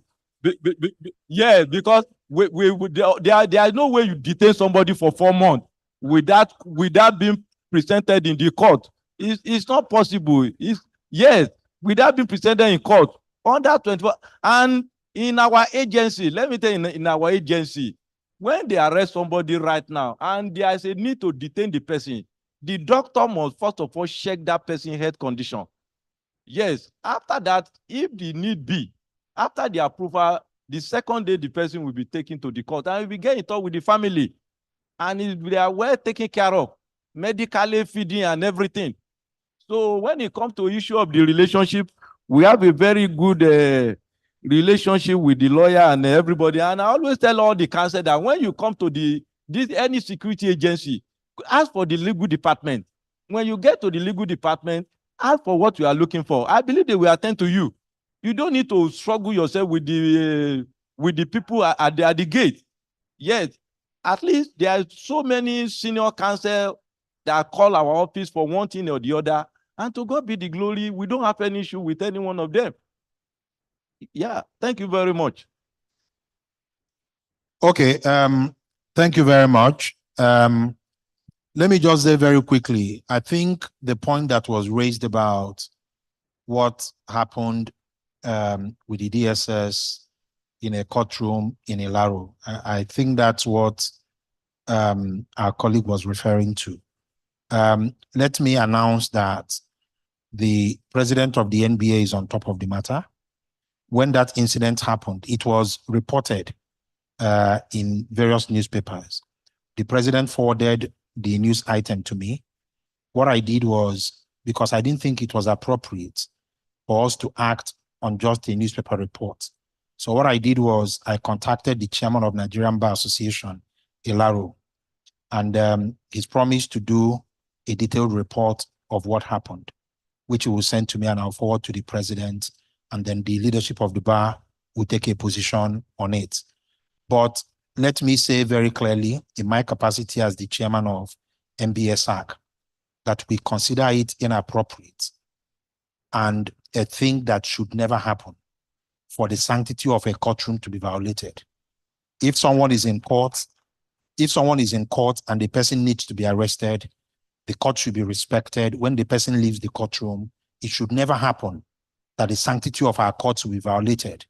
And I'm not saying that was what happened because, like I said, we're not acting on the report by the newspaper. We're waiting to get a full briefing by the chairman of Ilaro branch, and then the leadership of the association will take a position on it. Thank you. So I will take Mr. Obadino, and I will take my dear brother from Ikeja. And then maybe, so please just keep it very short. We need to be out of here by 3. Thank you, Nba-Sarc. The first issue I want to bring up is about EFCC. Sometimes when someone is in their facility, the front desk people at Okotebo, especially attending to their family or lawyers, have this attitude of misbehaving to them. There was a day we went there to see someone in custody. They repeatedly tell us that he's not available, that maybe he has been taken to brief his OS as an officer investigating his matter. And he's right there inside the cell until one of them, the police officer that are going to the cell to call the inmate, now is dropped to the younger sister of the client that until you change the lawyer, you will not see your brother again. That your lawyer is doing too no. When I heard about it, I escalated it. The sectional head at the EFCC, Okotebo, invited me into her office, apologized on behalf of the commission, and made the officer to apologize as well, because he was actually ordering the police officers there to walk me out. That because I disrespected him, because I asked him to caution himself with the way he talks to people on that particular day, and that was averted. Then the second issue I want to bring up is about the police. The idea of asking us to drop our phones before we enter is constituting a lot of... Mr. Badeno, you came late. You came late. That issue was actually one of the issues discussed by the first. The last thing I want to say is about our colleagues. If truly we are concerned about this topic that we are treating here today, a lot of lawyers need to go out of here with different orientation. Sometimes clients will walk up to us to narrate some issues to us. We know within our mind that this is nothing but pure civil. But just because we want to prove a point that we can do their bidding, we inject some element of criminality into that petition, and that is what make a lot of issues go before the police. Lawyers should be able to advise their clients to toe the path of court of law rather than police study. Thank you very much. Good afternoon. My name is Coyote. To the EFCC, to the police, I kind of want to ask, what constitutes fraud, OBT, and a default in a contract? I want to use Portable's case that happened some days ago, whereby he had a contract to purchase a vehicle.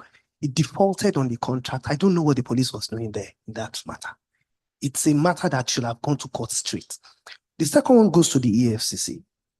The EFCC is fond of publishing pictures of suspects, either before they go to court or when the case is pending at the court. If the person comes out and is found not guilty, and the EFCC undo the damage to the person's reputation, then to the DSS. The DSS, you said they are in darkness as regards keeping of inmates. In March this year, this is somebody, his name is Abdul Rashim Shino Ayenda. I can give you the name again if you want it. Your facility at Magodo kept him for God knows when. The family members issued missing. You kept him to the extent that they had to declare him missing. When the same method that somebody had to tell somebody and so on, then they had to issue this thing outside. I don't know how your officers got wind of the information. When you saw that, yes, the news is going around that they are looking for him, you now said you should call his family members. Meaning that if the family did not take that action, you would keep him for God knows when. A matter happened some years ago. You kept a particular man to the extent that for years, the wife was pregnant when you released him. Meaning that you've caused a psychological issue for him. You've given him a marital issue just because you were investigating a particular matter. Thank you. Thank you very much. Please, I will only be able to take 3 more questions, and don't get offended if you're not. That gentleman at the back has been raising his hand, so please. Is that Shenwaka of Nigeria? Yes. Thank you very well. Please, much, go Mr. straight Chairman. to My the- name is go straight to- Oluwaseun go straight to the Aka. question. Yes, I have 2 questions for the police. Number 1, I wouldn't know if it's as a matter of policy or law. They can arrest any day, but they cannot release on Sundays or Saturdays. They will tell you that they cannot release. I wouldn't know why. Probably the police will give us more enlightenment on that. Then the second one is this. For every petition, sir, for every petition you submit at the police station, they will tell you it has to be approved. It has to be approved, and there must be an approval fee that you have to pay. Most often, when you submit your petition, you'll be expected to pay so that the whole thing can go through. Okay. Thank you very much. Okay, give him. I'll take you and I'll take Moshood, and that will be all. Thank you very much. Go straight to the question. I'm a member of the SARC MBA Lagos. What is the police doing about having an internal affairs like we have in other sane crime, where they will have to look into the affairs of their officers? Because we have realized that most times the DPOs are in the know of their juniors collecting bribe. Because they will not want to collect the bribe as DPOs. They will now send their juniors to go and collect the bribes for them. And secondly, I think there's a discipline issue, both at the MBA level and at the police level, because the police on the streets, they will never follow any order that is given by the IGP. They will never follow it. Thank you. Thank you very much. For the last question, Moshood. Good afternoon. Thank you, Mr. Chairman. I would have loved to say this, to make this intervention when the acting director of the EFCC was still here, but I think he has stepped out.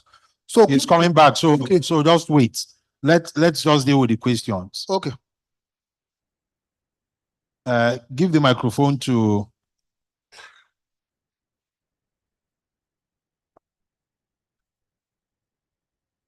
well, the question about Portable, all I will just tell you is that the Bible says, thou shalt know the truth, and the truth will set you free. About Portable went to somebody, I need your car. The motto is 5 naira.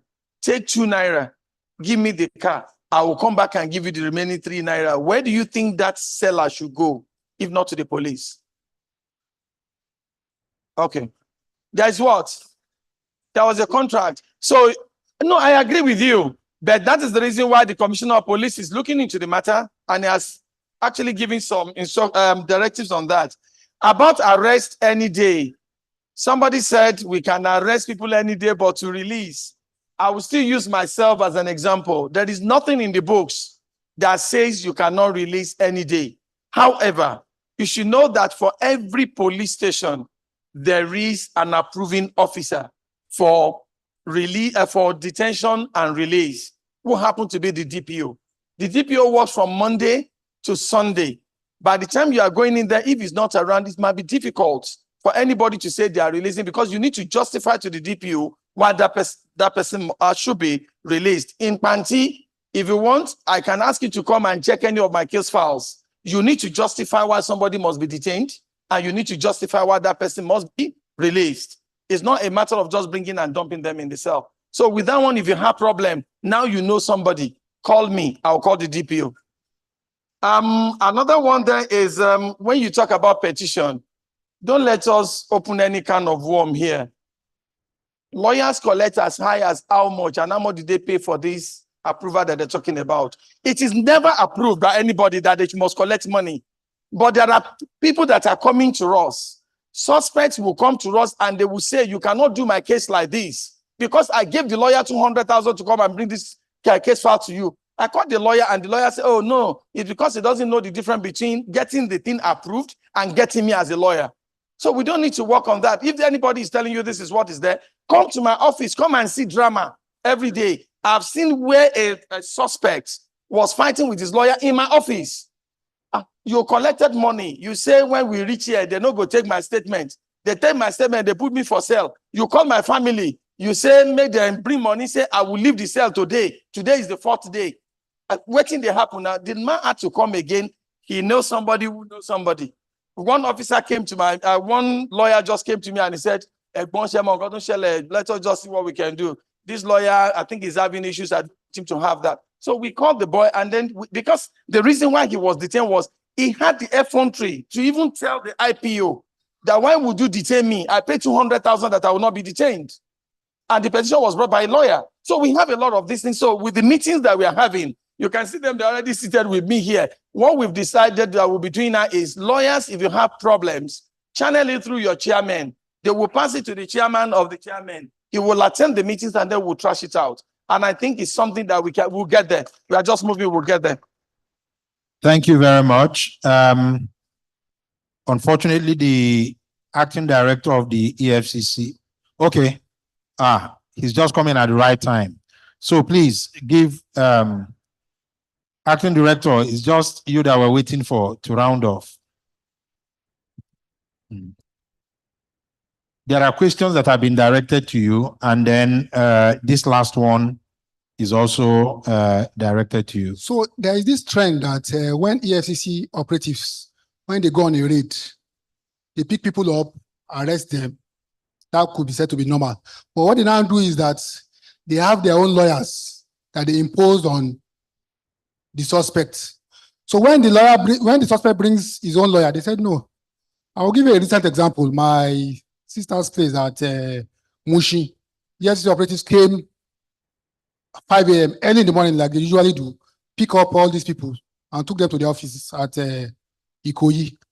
And what they did was that the lawyers that came for these people, they didn't allow them to attend to it. Then some lawyers that are internal lawyers of the EFCC now came out and said they can attend to this case.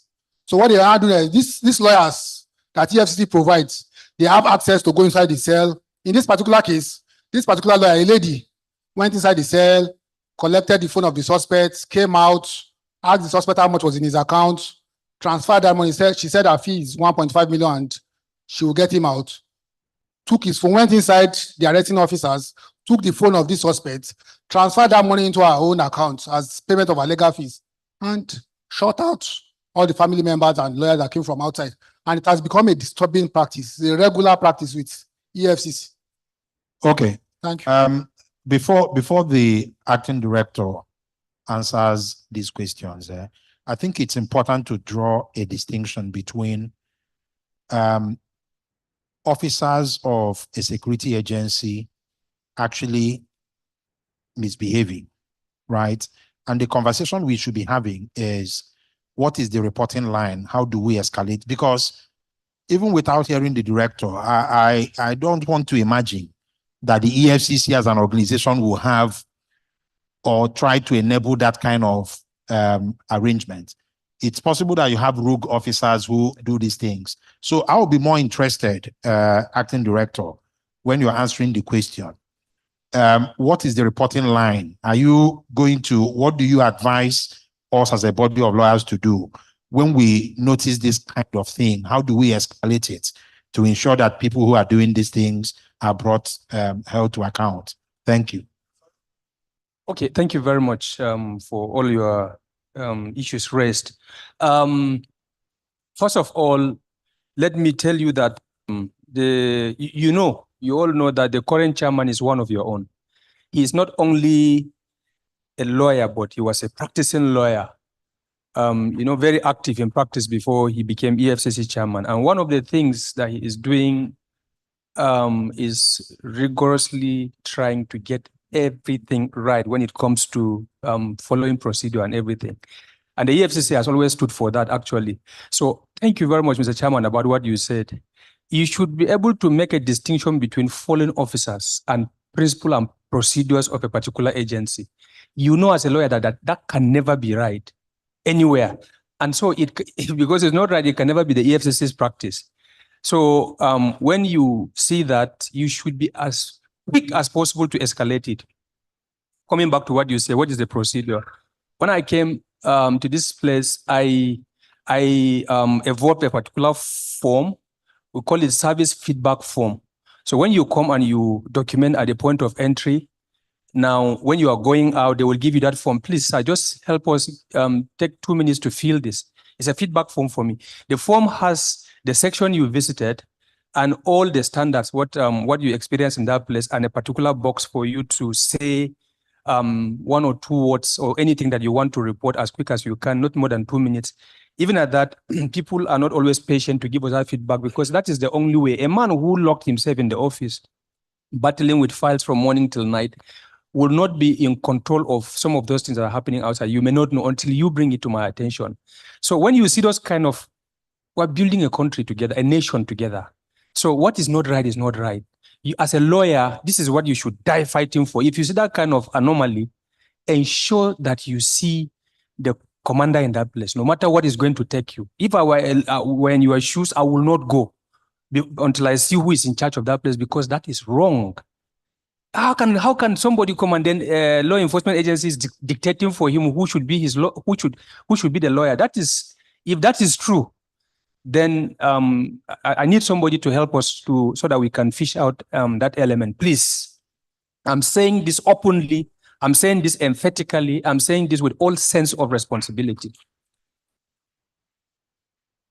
I will work with you. I am ready to work with you to any length to fish out any bad element in that place. And that is what the executive chairman stands for. That is why I used to tell them when I address them, I say, when mere mortals are made to judge other mortals, then they have to be almost an angel. So if you are doing that kind of work, yes, if you are doing that kind of work, you must be above board. So it's not allowed, sir. Please help me so that we can fish that out. Yeah. Thank you very much. Yes, there was a question you asked. Oh, okay, population of suspect. Now, the issue of population suspect, I don't know exactly what that is. It's not our practice. There is something called parade of suspects. It's a standard practice all over the world. That parading of suspect is a standard practice, a global standard. So, and most especially when suspects are raid, when there's a raid or sting operation, as is professionally called. Law enforcement is not just about arresting and prosecuting. It's also about deterrence. The global practice allows that to make people understand that it is a shameful thing to commit an offense. But there's a standard to it. If EFCC does not do it according to standard, you can draw our attention and challenge that. But parade of suspect is a global standard. So please watch out. What you're talking about is mock shots, right?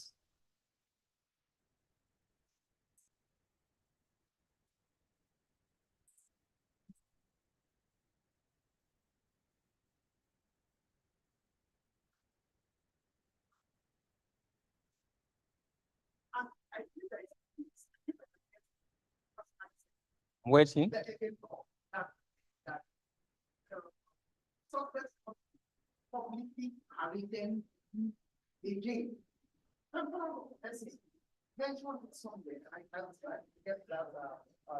If you get it, send it to us. We'll pass it on to.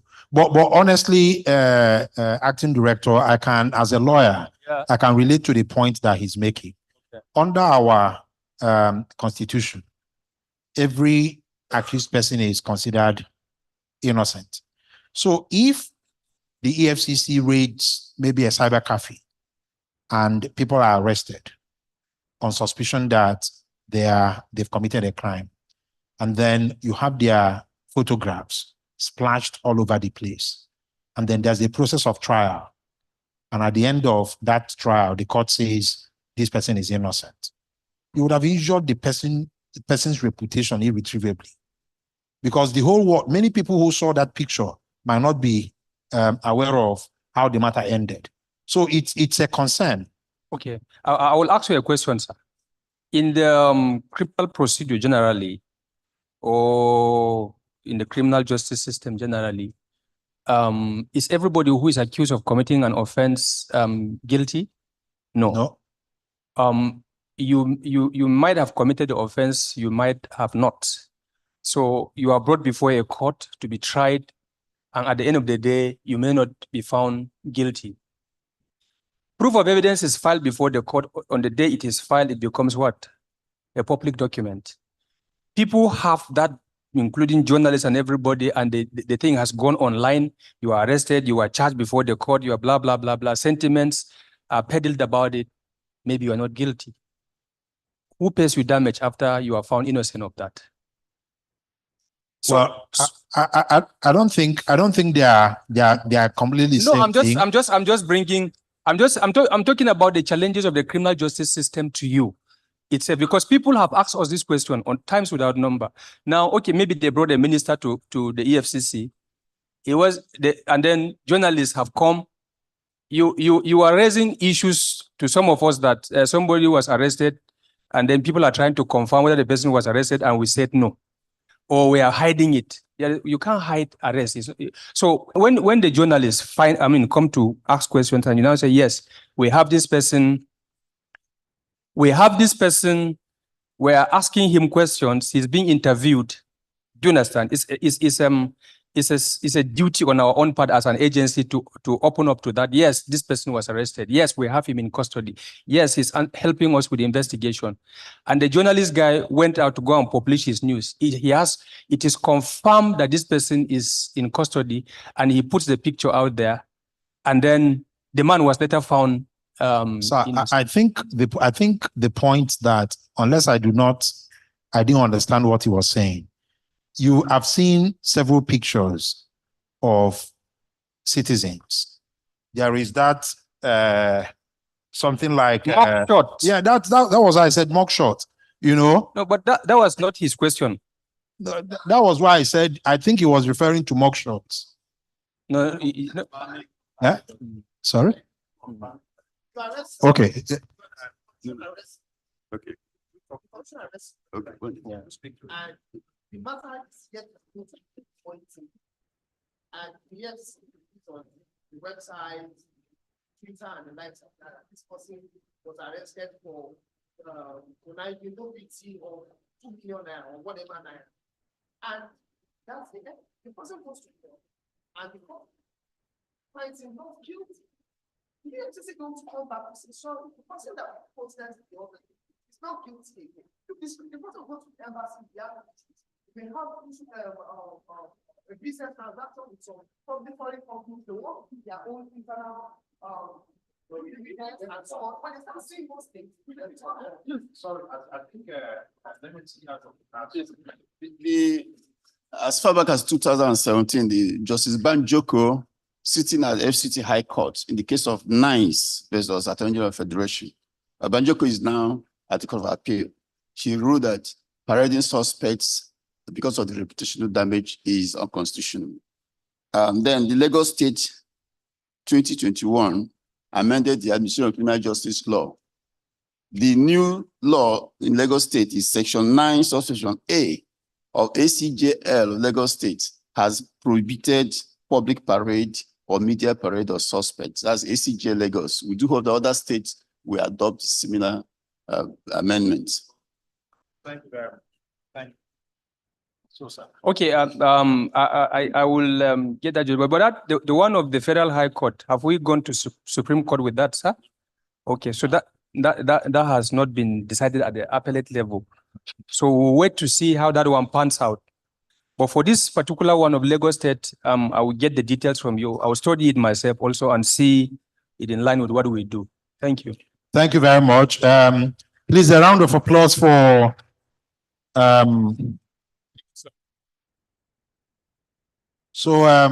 I think this is where we draw the curtain, but not before we take just 2 or 3 recognitions. I can see my chairman, the chairman of the Nigerian Bar Association Lagos branch, Mr. Olabisi Makonjola. You're welcome, sir. Thank you very much. I think NHC deserves another round of applause for a fantastic job. Both for the fantastic job and he and his committee for putting this event together, first of its kind, and there'll be more. Round of applause, please. So just to recognize a royalty in our midst, we have the presence of Prince Mojid Abiola Badegesin. Pardon me if I murder the name, please. Representing His Royal Majesty Oba Timson Akombi Bolahon, Oba of Barega Kingdom. You're welcome, sir. We also have Chief Mrs. Alhaja Bilikit Olarenwaju Iyalode Agbekoya, Southwest. Yes, so I think at this juncture, we have done very well for ourselves. And the take home is that on both divides, we should all look inwards and see where we are dropping the ball.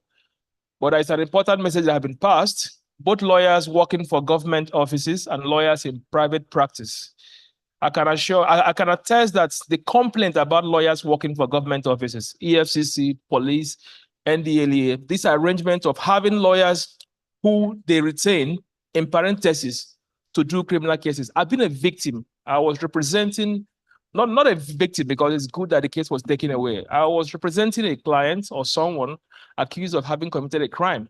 From nowhere, a lady lawyer came and took over the case. And I kept seeing that her face was regular at these law enforcement agents. I investigated and found out that these guys have relationship with these law enforcement agencies, that they are always called at first hand when there is a case. While we are trying to regain the integrity of law practice in Nigeria, there is an incumbent work on lawyers. We cannot overemphasize that we should do the right thing and shun some of these malpractices, because we have to put our best foot forward so that even the law enforcement agencies can have that corresponding respect for us. We must always uphold the highest ethics of the profession. Remember, first and foremost, that we are ministers in the temple of justice. You can't go around forum shopping, taking people's briefs. We have our own parts to play as lawyers, so we must all do well. And we'll continue to have these regular interactions. We thank you, and we thank everyone. It's interesting to see how most people have remained in the hall since we started till now. We thank you so much. Apart from all those whom we have recognized, we also recognize CSP Charles Akinrusoye, Osiliga, Ogun State. Welcome, sir. To everyone else who is here, if we have not mentioned your name, we sincerely apologize. You're highly respected. We value your presence here. We value your contribution to this discourse, and we say thank you for staying all through. Now we would have pictures. We would invite all the panelists to please come to the podium so that we can take general pictures. And our special guest. So to wrap it up, we will have the chairman of the organizing committee of this great event, Are Oladotun Hassan Esquire, to give us closing remarks, vote of thanks. Thank you, ladies and gentlemen. I have Uchenna Kimbade here. My name is Nonso Aze. Have a good evening. Thank you so much. It was a pleasure addressing you, and we look forward to more. Thank you. On behalf of the entire planning committee, and with time permission. Oh, no. Okay.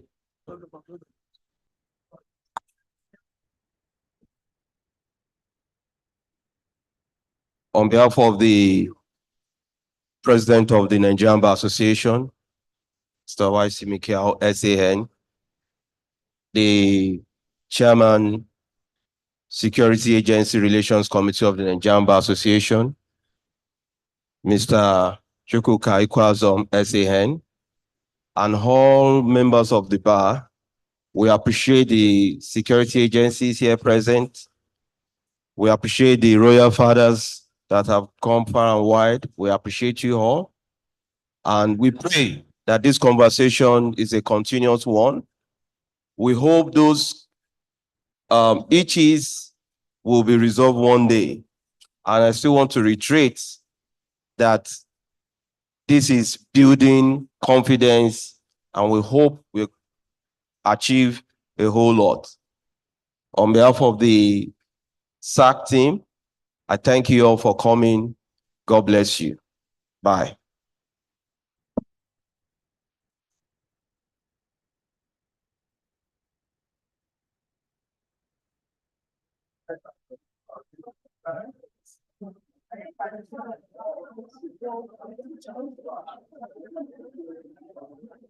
Thank you. Thank you, sir.